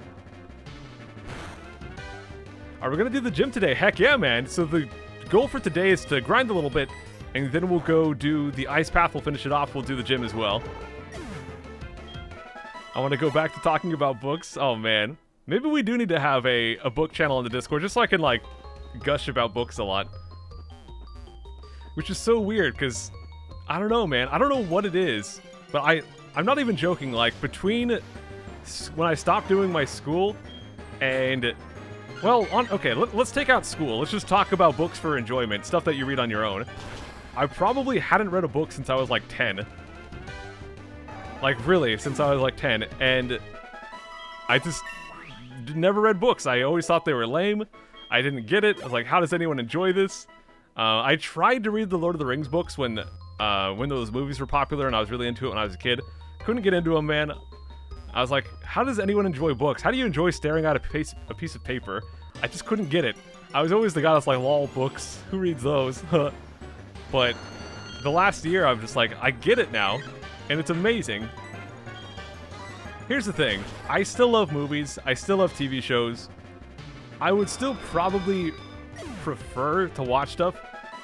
Like, if I had to choose between reading the Game of Thrones books or watching the show, I would probably choose watching the show. I mean, I could just do both, but, like, if I had to choose one or the other, I would choose the show. But the thing is, only, like, the biggest of the big books get turned into shows or get turned into movies. Like, there is just an incredible amount of amazing stories out there that just never get turned into movies. And if you don't read books, you're missing out on those. Like, even really popular stuff like Wheel of Time, which I think is maybe getting turned into a Netflix show, I don't know. But Wheel of Time is awesome, and it just, it's only a book. You can't watch it.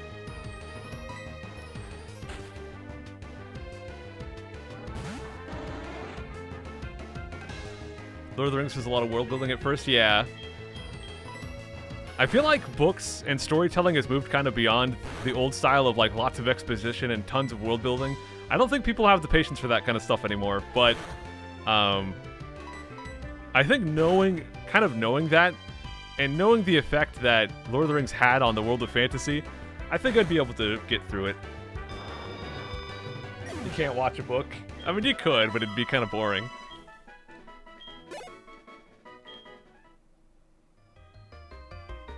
I feel like I can't live without some of visual representation given to me beforehand. That's the thing, like, I always found it really hard to, like, visualize a scene or visualize a character. But, I don't know. Like, now that I kind of want to be a writer, it's so weird because you kind of imagine it. I was reading this book about writing by Stephen King, and he kind of mentioned something that's really true, which is writing is kind of like telepathy. It sounds weird, but like you're trying to take these little symbols on a piece of paper and you're trying to use those to implant an image in someone's brain. And it's like the art of like trying to figure out how to make people see things by putting words on a page. The idea of that to me is really cool. Like trying to put words on a page and make people see something, or to make them feel a different emotion, or like stuff like that. I feel like that's really cool. You know, have a story where people actually care about this character and they're like emotionally affected if a character dies or something, right? Or like their heart is pounding when a character's going through something crazy. But it's like, there is no character. They don't exist. There's just letters. I mean, look down at your keyboard right now. Those letters that you're looking at, those letters are put in a different combination to make you feel emotions. And it's crazy.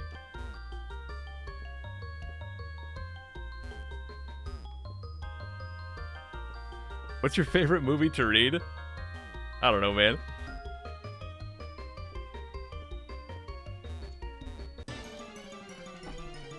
That's some deep stuff, I guess, but I don't know. I just think it's an interesting... It's just interesting. I don't know. I feel like the idea of trying to make people feel a way is really cool, just by using words. It's called emotive language. I guess so. I don't really know much about it yet, but I'm learning. I don't have a keyboard, but okay. Well, if you're on like a phone or something, you could probably make the keyboard pop up when you, or like the letters pop up when you go to type a message.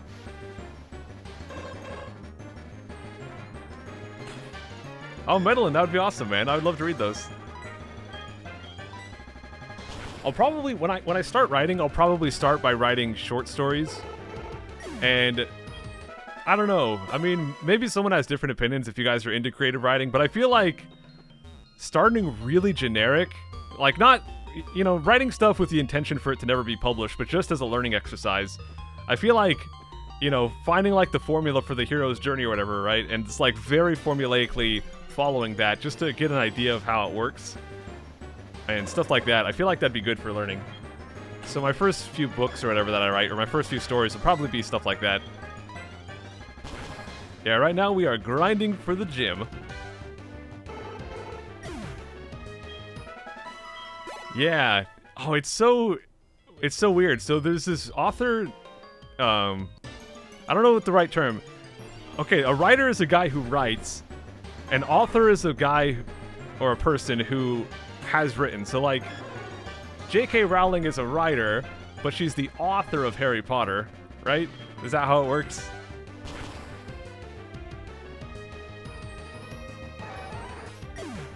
Anyways, there's this writer named Steven Erikson, and he wrote this big fantasy series called Malazan.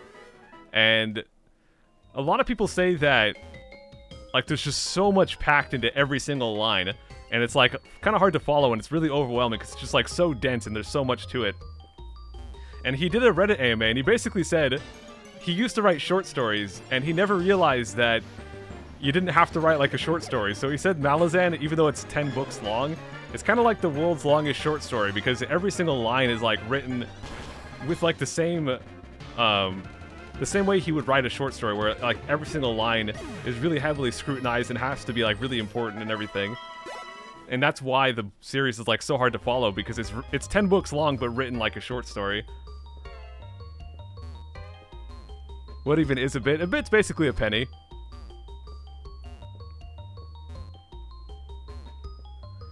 To go even deeper than that, making people visualize a story with just words is whack, but turning your visualized story into words that people can comprehend and then turn it into their own visualization that matches yours, that's true, man. Like, trying to get people to see what you want them to see, like, you know, trying to convey the same image that you have into their heads. Yeah. Which, honestly, you don't have to nail it. Like, I mean, for anyone who's read books, how often have you, like, read a book and then you later saw like an illustration of a character and they look different than you imagined? So you don't have to get it exactly, but you gotta get it close enough. You know what's up, Chozo? We've been live for almost 2 hours now, and we're getting close to the end of this grind, guys.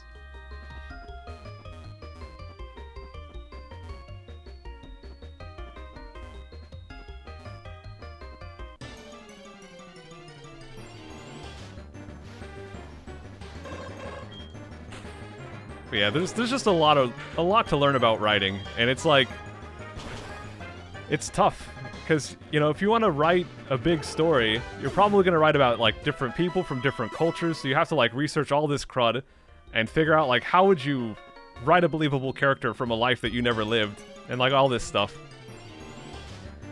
I hear one way that people try to do that is they'll like basically talk to someone who lives that life and they'll be like, hey, is this character, you know, is this believable?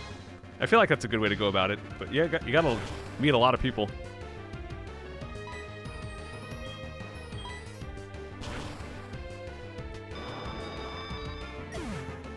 Psycho has the best uptime bot, answers in voice and crud. Yeah.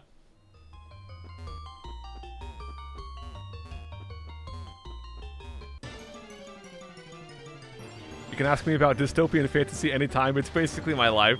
What the crud? Munchlax? We have not seen him this entire time. It smells like Updog in my house right now. What's Updog?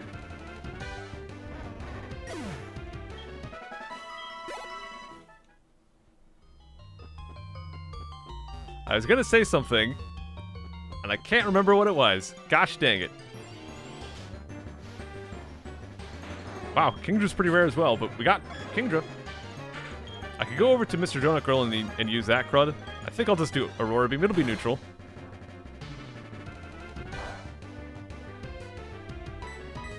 Are you gonna make a Discord channel for books? Yeah, I'll do that. If there's enough people interested in it, man, I'll do it.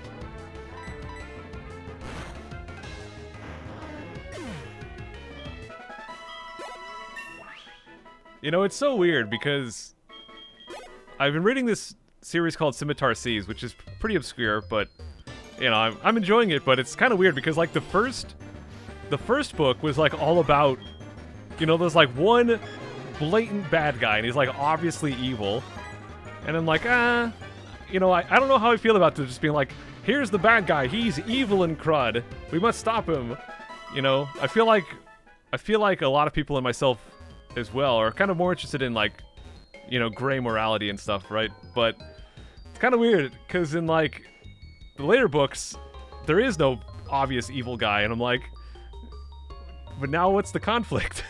So I feel like not having like an obvious bad guy but still making the tension high is gonna be tricky. If only Munchlax was actually that easy to obtain in Platinum. Oh man. He seems to be replacing the 5% Jinx, so maybe.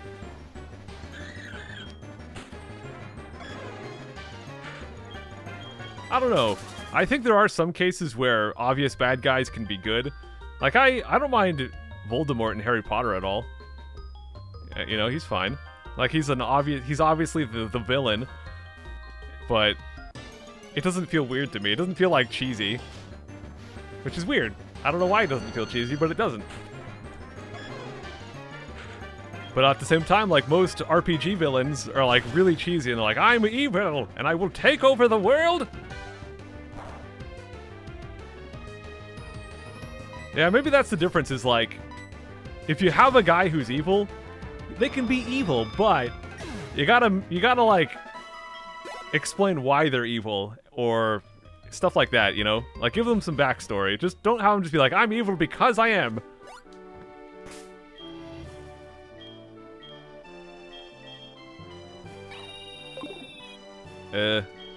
Fly. There we go.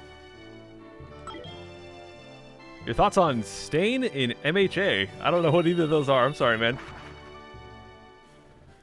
Umbridge was way worse than Voldemort. I don't know who Umbridge is. I'm only 4 books into it, so I don't know how the rest of it goes. Just tuning in what you missed, man. I've just been grinding for the past 2 hours. So you have not missed anything.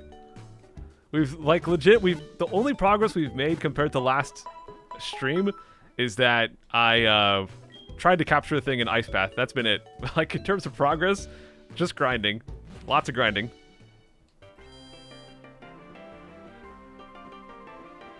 Yeah.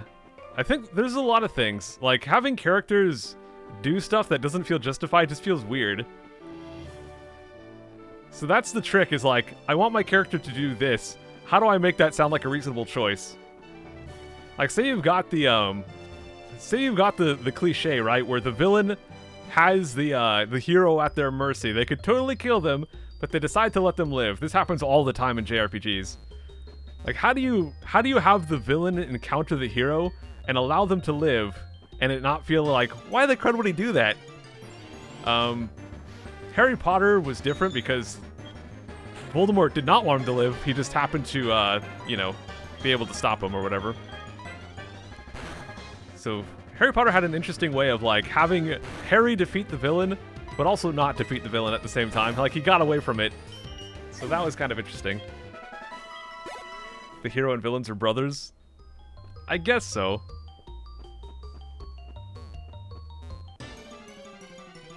I never actually translated my short story into English. Oh man, what language did you write it in?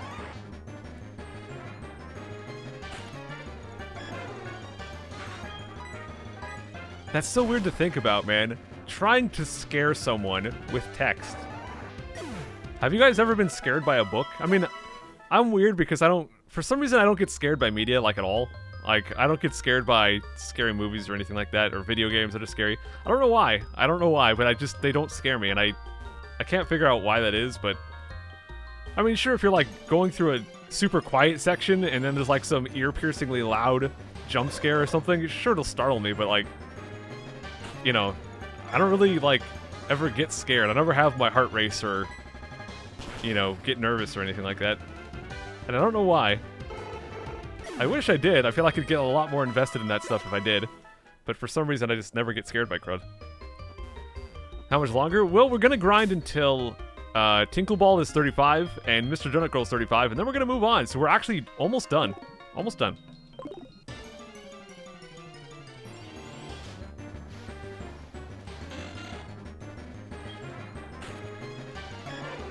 Yeah, I really do like stories where there kind of isn't a bad guy. Like, there kind of is, but there isn't. And a really good example is Princess Mononoke, where it's like, you know, there's two sides of the coin. Like, sure, the lady or whatever is evil and she's trying to destroy the forest. How could she? But it's not like she's doing it because I'm evil and I want to take over the world. She's doing it to, like, give her people a better life, you know? That's kind of the thing, like, making a character do something that seems bad, but framing it in a way where the reader can sympathize and be like, maybe I would do that in that situation, you know?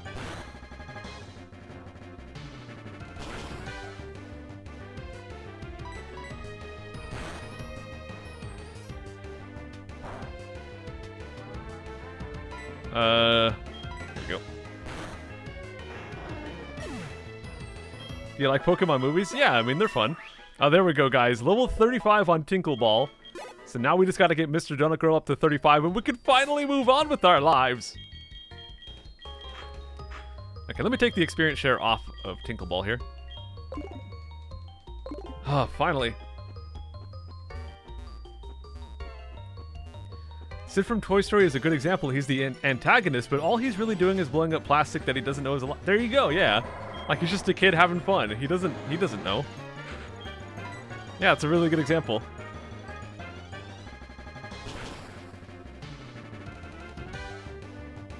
I think we might actually get 35 off of this kill. Please.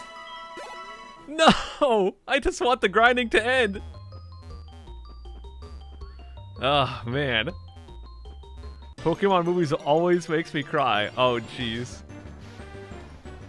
I wonder if anyone ever cries at books, because I feel like a big part of getting you emotionally invested is, like, you know, hearing the sad music and you know, seeing the sad faces, and I feel like imagery is very powerful for that kind of stuff. So I'm wondering, how do you make someone cry at a book? How do you get that strong of an emotion out of people? I don't know, man. I mean, it's the same thing. I don't cry at stories or movies and stuff, but I definitely, like, feel, you know, I feel like sad and stuff, but I never get to that point. And I think it's just a personal thing. I don't think it's like the movie's fault. You cry from books all the time? Oh man. Are you grinding since when? We've been grinding for 2 hours now, but the grinding is now over. We are ready to move on. Also, just on cue, what's up, Lashadra? And so, Manker, thank you for the 14-month 3-thumb. Getting choked up over this, man. Grave of the Fireflies. I need to watch that.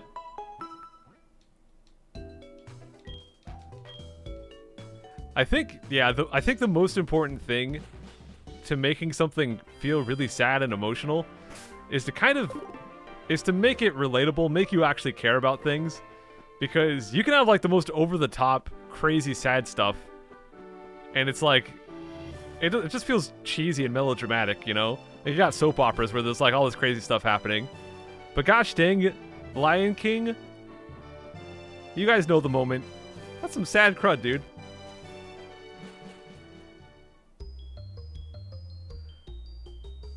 Yeah, I pretty rarely cry.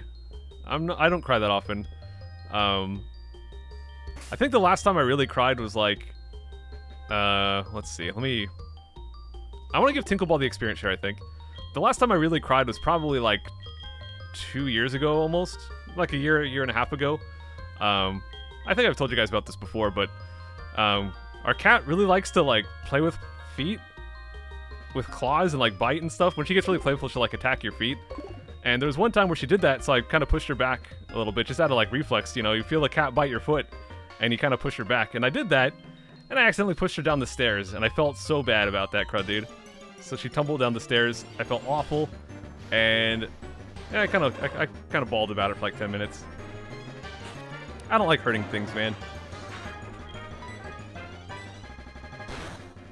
You know, I would never cry at a story, but, you know, hurting someone who's kind of like a part of your family, even if it's an accident, you know, I just felt bad about it.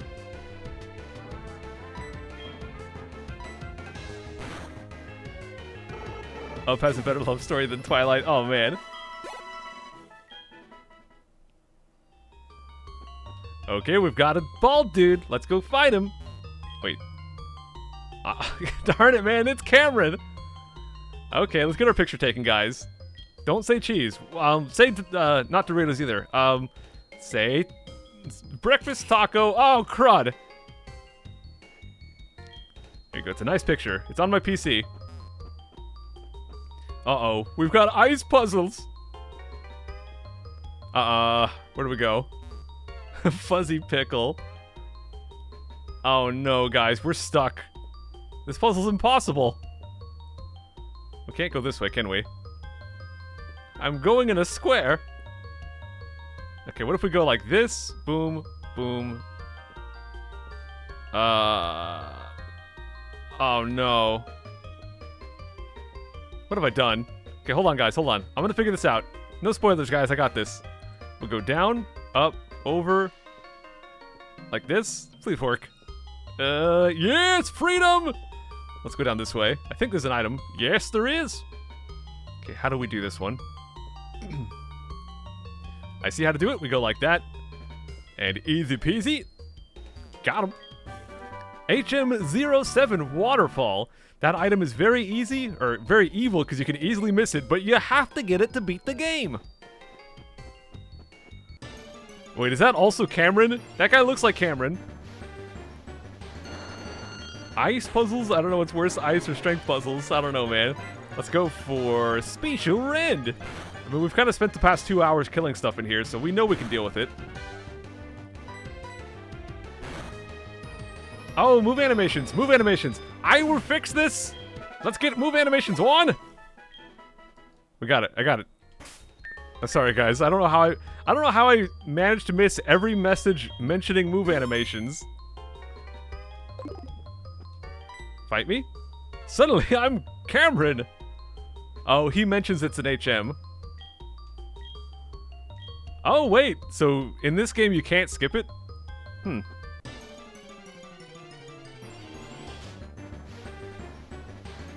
I don't even know if I want to fight these things. I feel like I should conserve my PP for the trainers, so we're just gonna skedaddle. He's got the Shadow Clone Jutsu, yeah.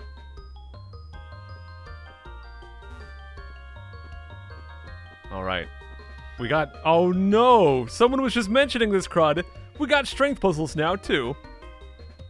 I don't think I can do anything with that one that way. Okay. We're gonna push it to the side. Whoa! We don't have strength. Hold on. Please tell me one of my Pokemons can learn it. Who can learn strength? Hono can learn it. Does Ho-Ho-No have anything that I'm okay getting rid of? Because this is not a good move for them. You know what? I complain about it all the time. Let's just get rid of Vacuum Wave. Xatu has a face in its belly. You guys, I got a real question. People often say, punch you in the face. How do you punch someone in the face? Don't they mean like on the face, or I'm going to punch your face? How do you punch someone inside of someone's face? It doesn't make any sense to me. Okay, we can put these balls down that hole. We have to be very careful how we do it. I think we go down here. Yes! Okay, boulder fell down. Can we go do more boulders over here? This one, I think we can get this. Yes, we can. We just have to push it like that, and then sneak around. And I think we want to push this one all the way down here. And from this spot, we can push it over. Oh, guys, we got this figured out. This is so free. What the crud? Oh, I bet you because it's a different floor. I'm like, how did we go 2 hours grinding and not see an Ampharos? But I think, it's a different part of the cave. So now there's an Ampharos. Man, I just love Ampharos's crazy hair with the Mega. Push that back up. Now we'll run it to the side. Okay, so that goes down. Let's go around ourselves and see if we can get this one up. Let's see. This one looks kind of easy, but we'll see here. So we push that up, and then we push it over. I believe we can push it up like this. One more. Oh, great. Oh, great. I goofed it. I goofed it, man. I goofed it. It's the wrong side. Maybe we can push it back, though. I don't know, man. I went 2 hours trying to find the purple Nidoran on Route 4 on Fire Red. I think it's 1% chance in that one, yeah. No, it's still technically the Ice Path, so this is not really a new catch zone, but we goofed on this one. But yeah, it's not a new catch zone. It's still just the Ice Path here.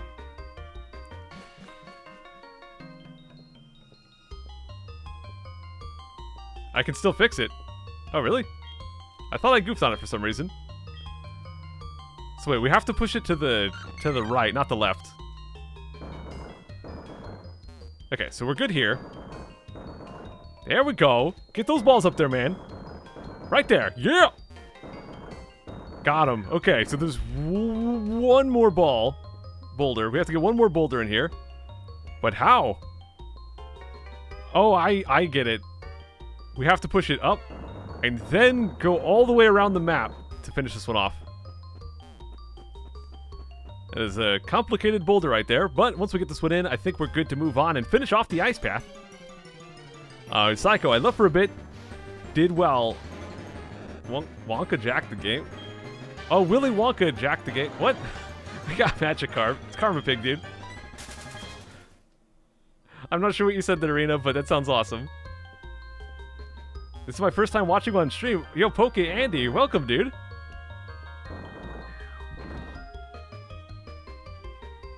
Let's go down this hole right here. Look at this, guys. The balls are lined up for us. We get a sharp beak. I think that might be really good for Sparkhill. You know what? Let's just give it to him. I think it's going to be in the item pack right here. There it is. The balls are inert. Oh my gosh, dude. I won't get back into talking about books, but I just gotta say, since I've started reading, gosh dang, there's so many words I don't know. It's like, how do I not know this much with English? I've been using English for so long. And almost every chapter in every book I read has at least one word that I'm like, what the crud is that? And it is especially bad with the current book I'm reading, because it's like all piratey and crud. And there's like all this nautical terminology. I'm like, oh my gosh.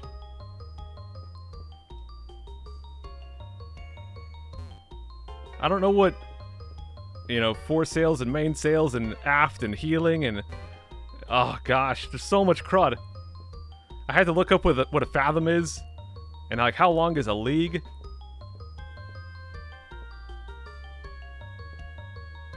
Okay, we're in the center. We've got a Duran Berry. Down we go. Oh no, we do not have the Smashy Rock. I think we've got the TM for it, but I'm not even gonna bother. Like, could it really be that important? Wait, can we just get it anyways?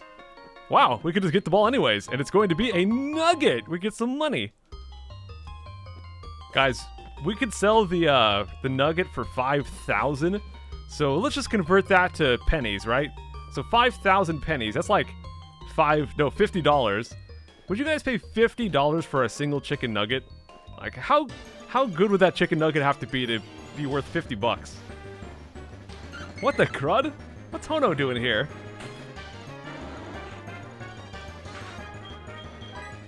Four sail is in front, main sail is in the big one in the middle, aft is behind. Yeah, I figured that out after a long time. I also had to figure out what a halyard is. I had to figure out what a forecastle is. There's other crud. I don't remember all of it, but yeah, I'm picking it up, but I'm like 70% into the second book, and I'm still like kind of just learning it.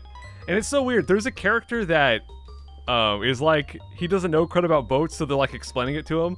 I'm like, man, I wish they would have had this character in the first book at the start. But like at the end of the second book, they're like explaining what these words mean. I don't think I can get that. Yeah, we need to push the boulder down to get that. Some bison nuggets? What?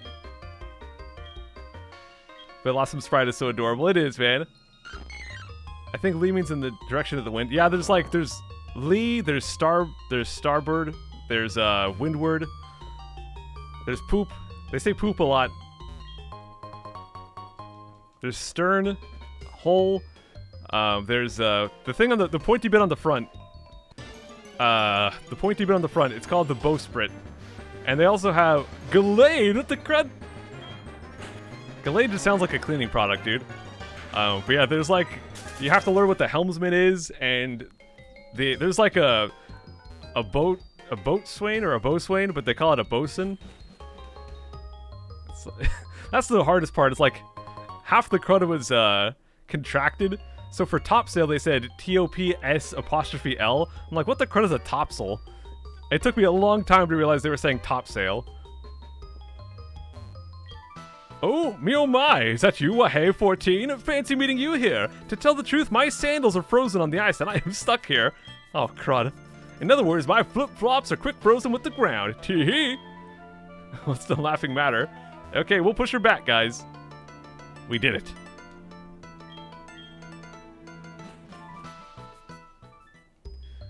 You know, I don't think they expect you to know exactly what all those different boat terminologies mean. I think they just kind of say it to make it sound cool.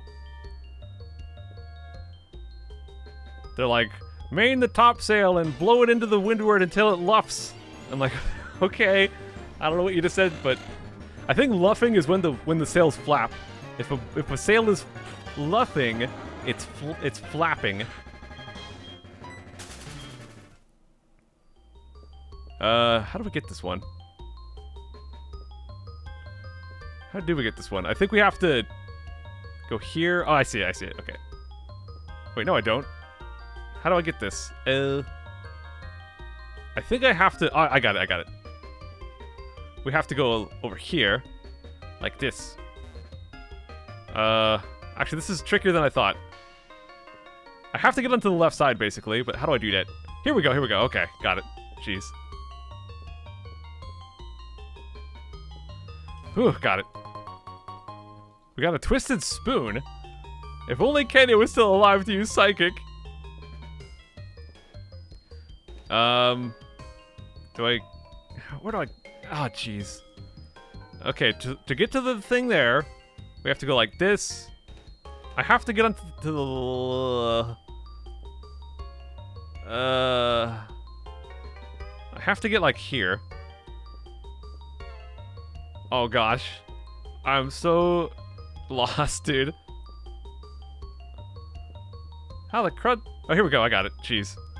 I'm smart, guys. I figured out a puzzle. Oh, jeez. Oh, golly. Oh.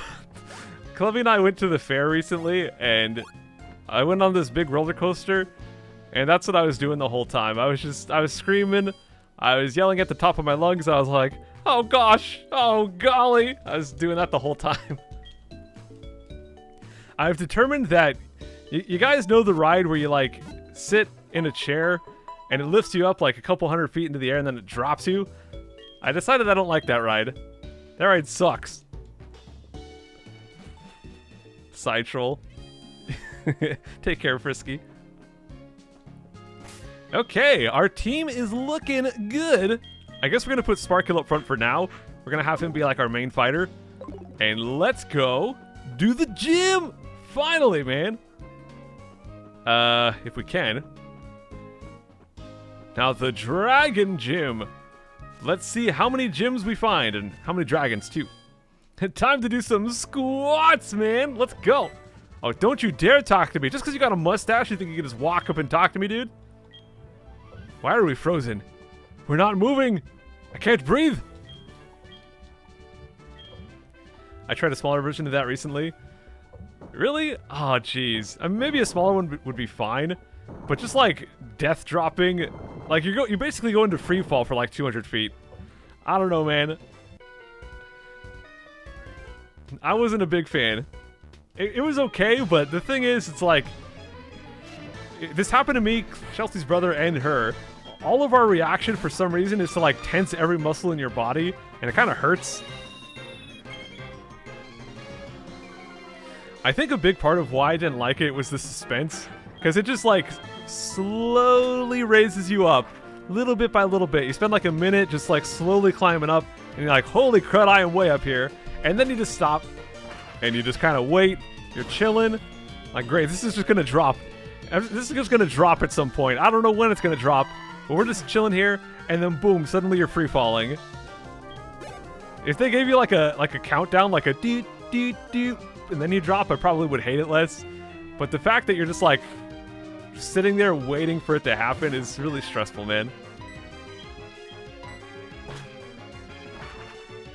It was like 50 feet. I mean, I don't know how tall it was, but it was tall. It was probably like as high as the Ferris wheel.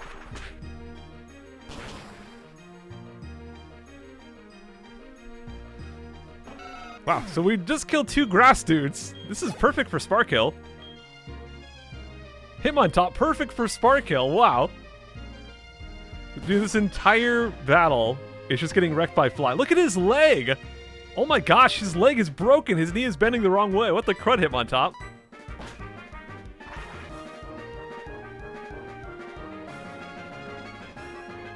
Even the kids' version of that ride is awful. There was this one I went on, I think it was in California Adventure, which is the park that's like attached to Disneyland in California. They had one similar, but, well, not Tower of Terror. Tower of Terror was more like the free drop, but less extreme. But, they had this one ride where you started at the bottom, and it just, like, rocketed you to the top. Like, you started at the bottom, it started, and boom, you just shot to the top, and then it dropped you. So that one was less suspenseful, but it was pretty intense, man.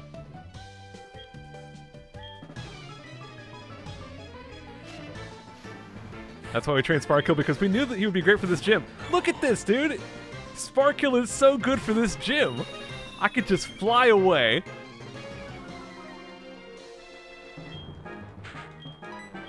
It's kind of weird. I never minded the Tower of Terror, even though that's kind of like the same ride. It just kind of drops you, but I guess it drops you so much less. Like, you don't just free fall for like 100 feet. You fall a bit, but then you kind of go back up and then you drop back down. I don't know. For some reason, I don't mind Tower of Terror, but I didn't like that one at the fair. The one at the fair was scary. Baniri, oh my gosh. This is not good. Well, we're going to have to use Tinkle Ball, guys. Psycho, have you turned to chocolate yet? Oh my gosh, you just reminded me. Klebby bought brownie mix, dude. Ah, I can make brownies. Brownies are actually really easy to make. For those who don't know, brownies, just making them from scratch is actually very easy, but brownie mix is even easier. What if the level 41 is a Magikarp? I will be excited. Yo, speaking of high-level Magikarp, I watched a video on YouTube of a guy trying to beat Pokemon Red and Blue with just Magikarp. Like, he basically hacked it, so he started the run with a Magikarp, and used just Magikarp for everything. Except for HMs. He had to use other stuff for HMs, but... yeah, I don't want to spoil it, but... if you guys want to go find that video and see how it went, you could do that. I saw that too. It was a good video, man. I think his name is JRose11. Is that the name? Oh my gosh, another grass Pokemon? What the crud, Sparkill?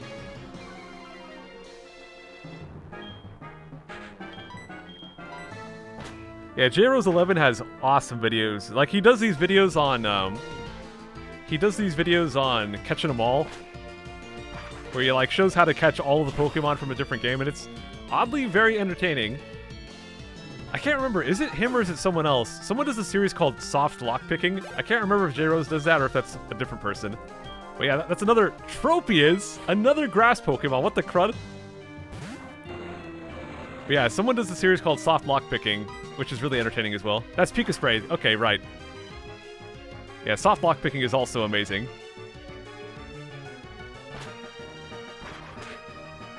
Are we doing credit art soon? Yeah, we'll do credit art after the gym here.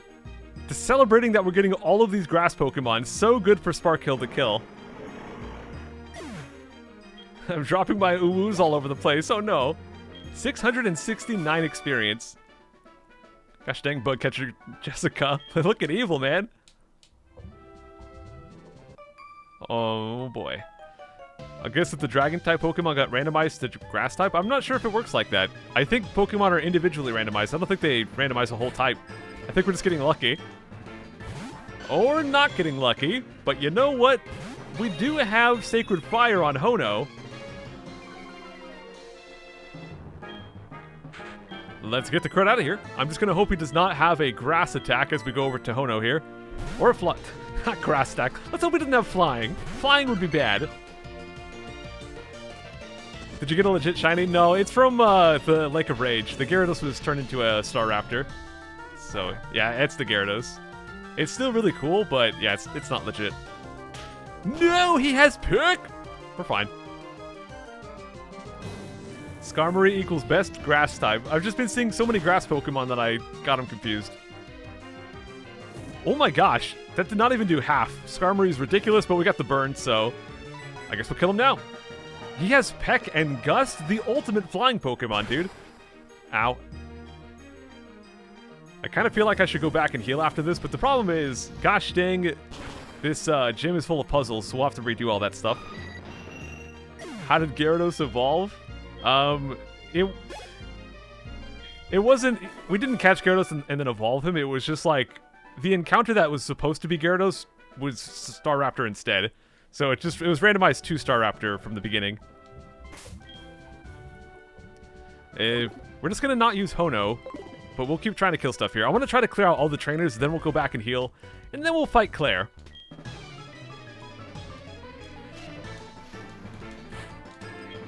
Bug Catcher Cammy. Oh my gosh. But guys, I've got a very, very difficult question. No calculators allowed, guys. You gotta do this all with your brain. How many dollars is 1,000,000 pennies? I just realized fighting Pokemon, weak to fly. There we go.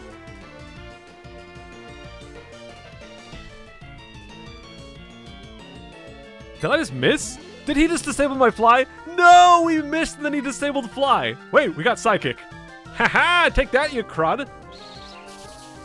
If you guys said 10,000, you are correct. Oh my gosh, it did not even do half. What did that drop? His special attack, great. Oh boy, Poison Powder. Thanks, guy. A penny is... There's 100 pennies and $1, so a penny is 1/100th of $1. Are there even 1,000,000 pennies? Yeah, there's actually people who, they make YouTube videos. There's a thing called... What is it called? It's called coin roll hunting. People will go to the bank, they'll get like $100 of just pennies. They'll search through that $100 of pennies to like find old rare pennies, and then they'll like give all the pennies back and get... They'll like keep the rare pennies and then they'll give back the pennies that aren't special. Okay, so we killed the Primeape, except Sparkill's kind of hurting now. So I think, you know what, we're going to go back and heal now. I think I can just use the warp to get back out too, so that's cool. A basement chock full of pennies, dang! Well, because I guess that some pennies are worth more than a penny.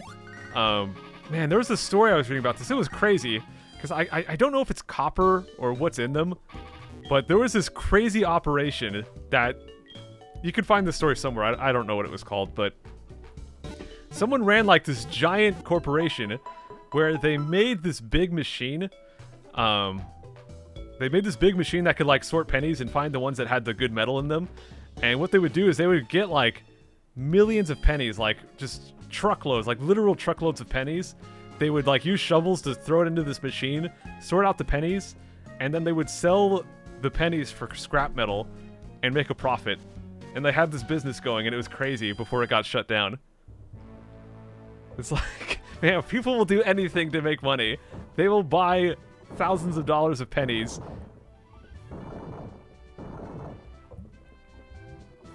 They're made of zinc and plated with copper. Okay. I think there are some, like... I think it's...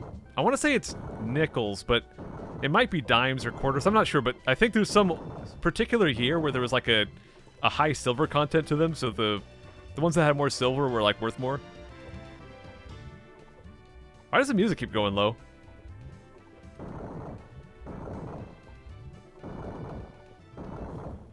I think I'm just going up, right? Oh, do I have to do... Okay, I get how this works. Oh gosh, this is like the lava boat from Super Mario Sunshine. Oh my... Wait, how do I... Okay, I got it. Oh no, I don't got it. Oh, I see, I gotta do it sideways? I can't move! How do I do this, guys? No! Hold on, so I have to go this way. Ah! Okay, we have to go down here, but I can't rotate down here. Yes? Yes! Yes! Ooh! I did it, guys. We've achieved Claire. Whatever that means. Okay, I'm gonna leave this up to you, chat.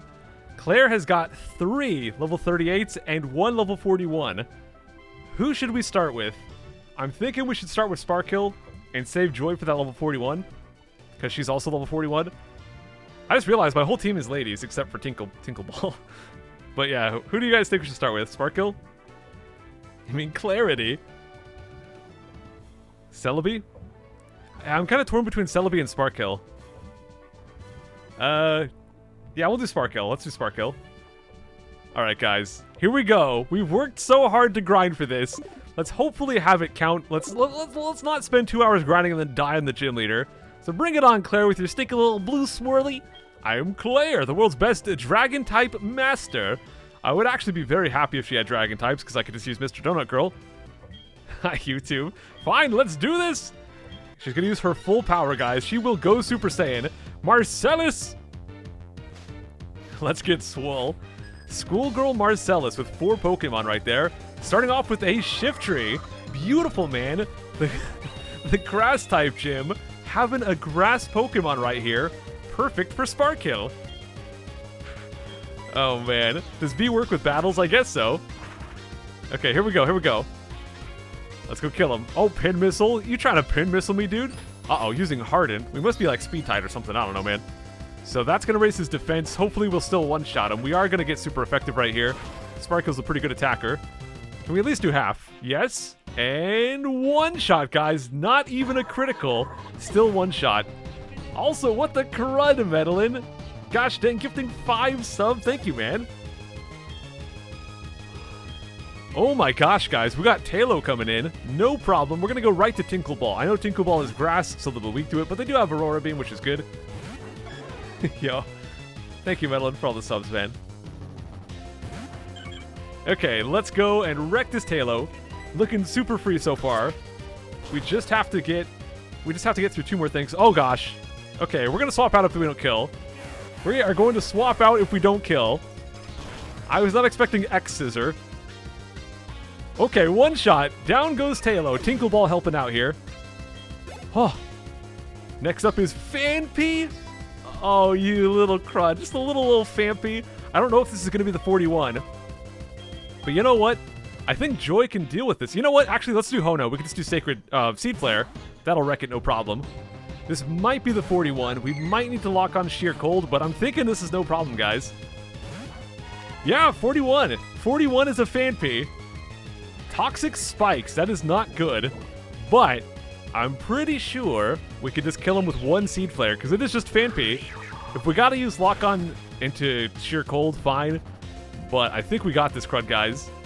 Oh, baby. One-shotting the level 41 right here. One more Pokemon to go. What is it going to be? Tinkleball 37.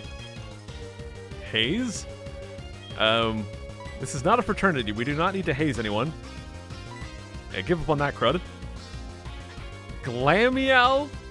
A stinking Glameow? Okay. Well, we're going to go over to Mr. Donut Girl. We'll go use some fighting attacks right here.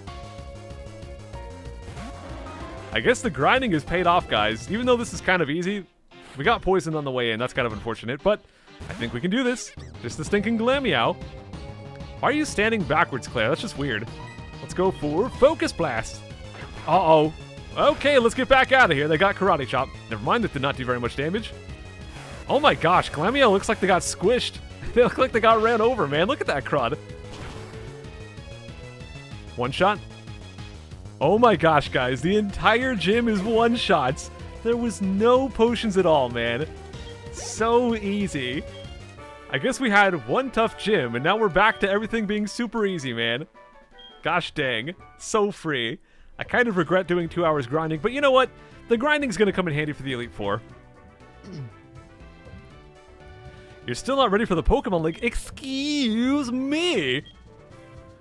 Alright, guys. She wants to go to the Dragon's Den, but that is going to be it for today. We got the badge. We're done. We'll deal with the Dragon's Den next time, because next time we are going to be coming back. We're going to go do the Elite Four and hopefully not die. I don't know if we'll have to grind more. We'll figure that crud out, but I'll see you guys then.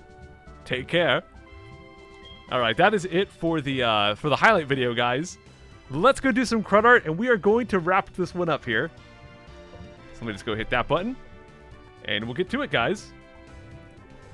Let me just go open up a bunch of images. That's actually our only round of crud art for this stream here. Not a whole lot.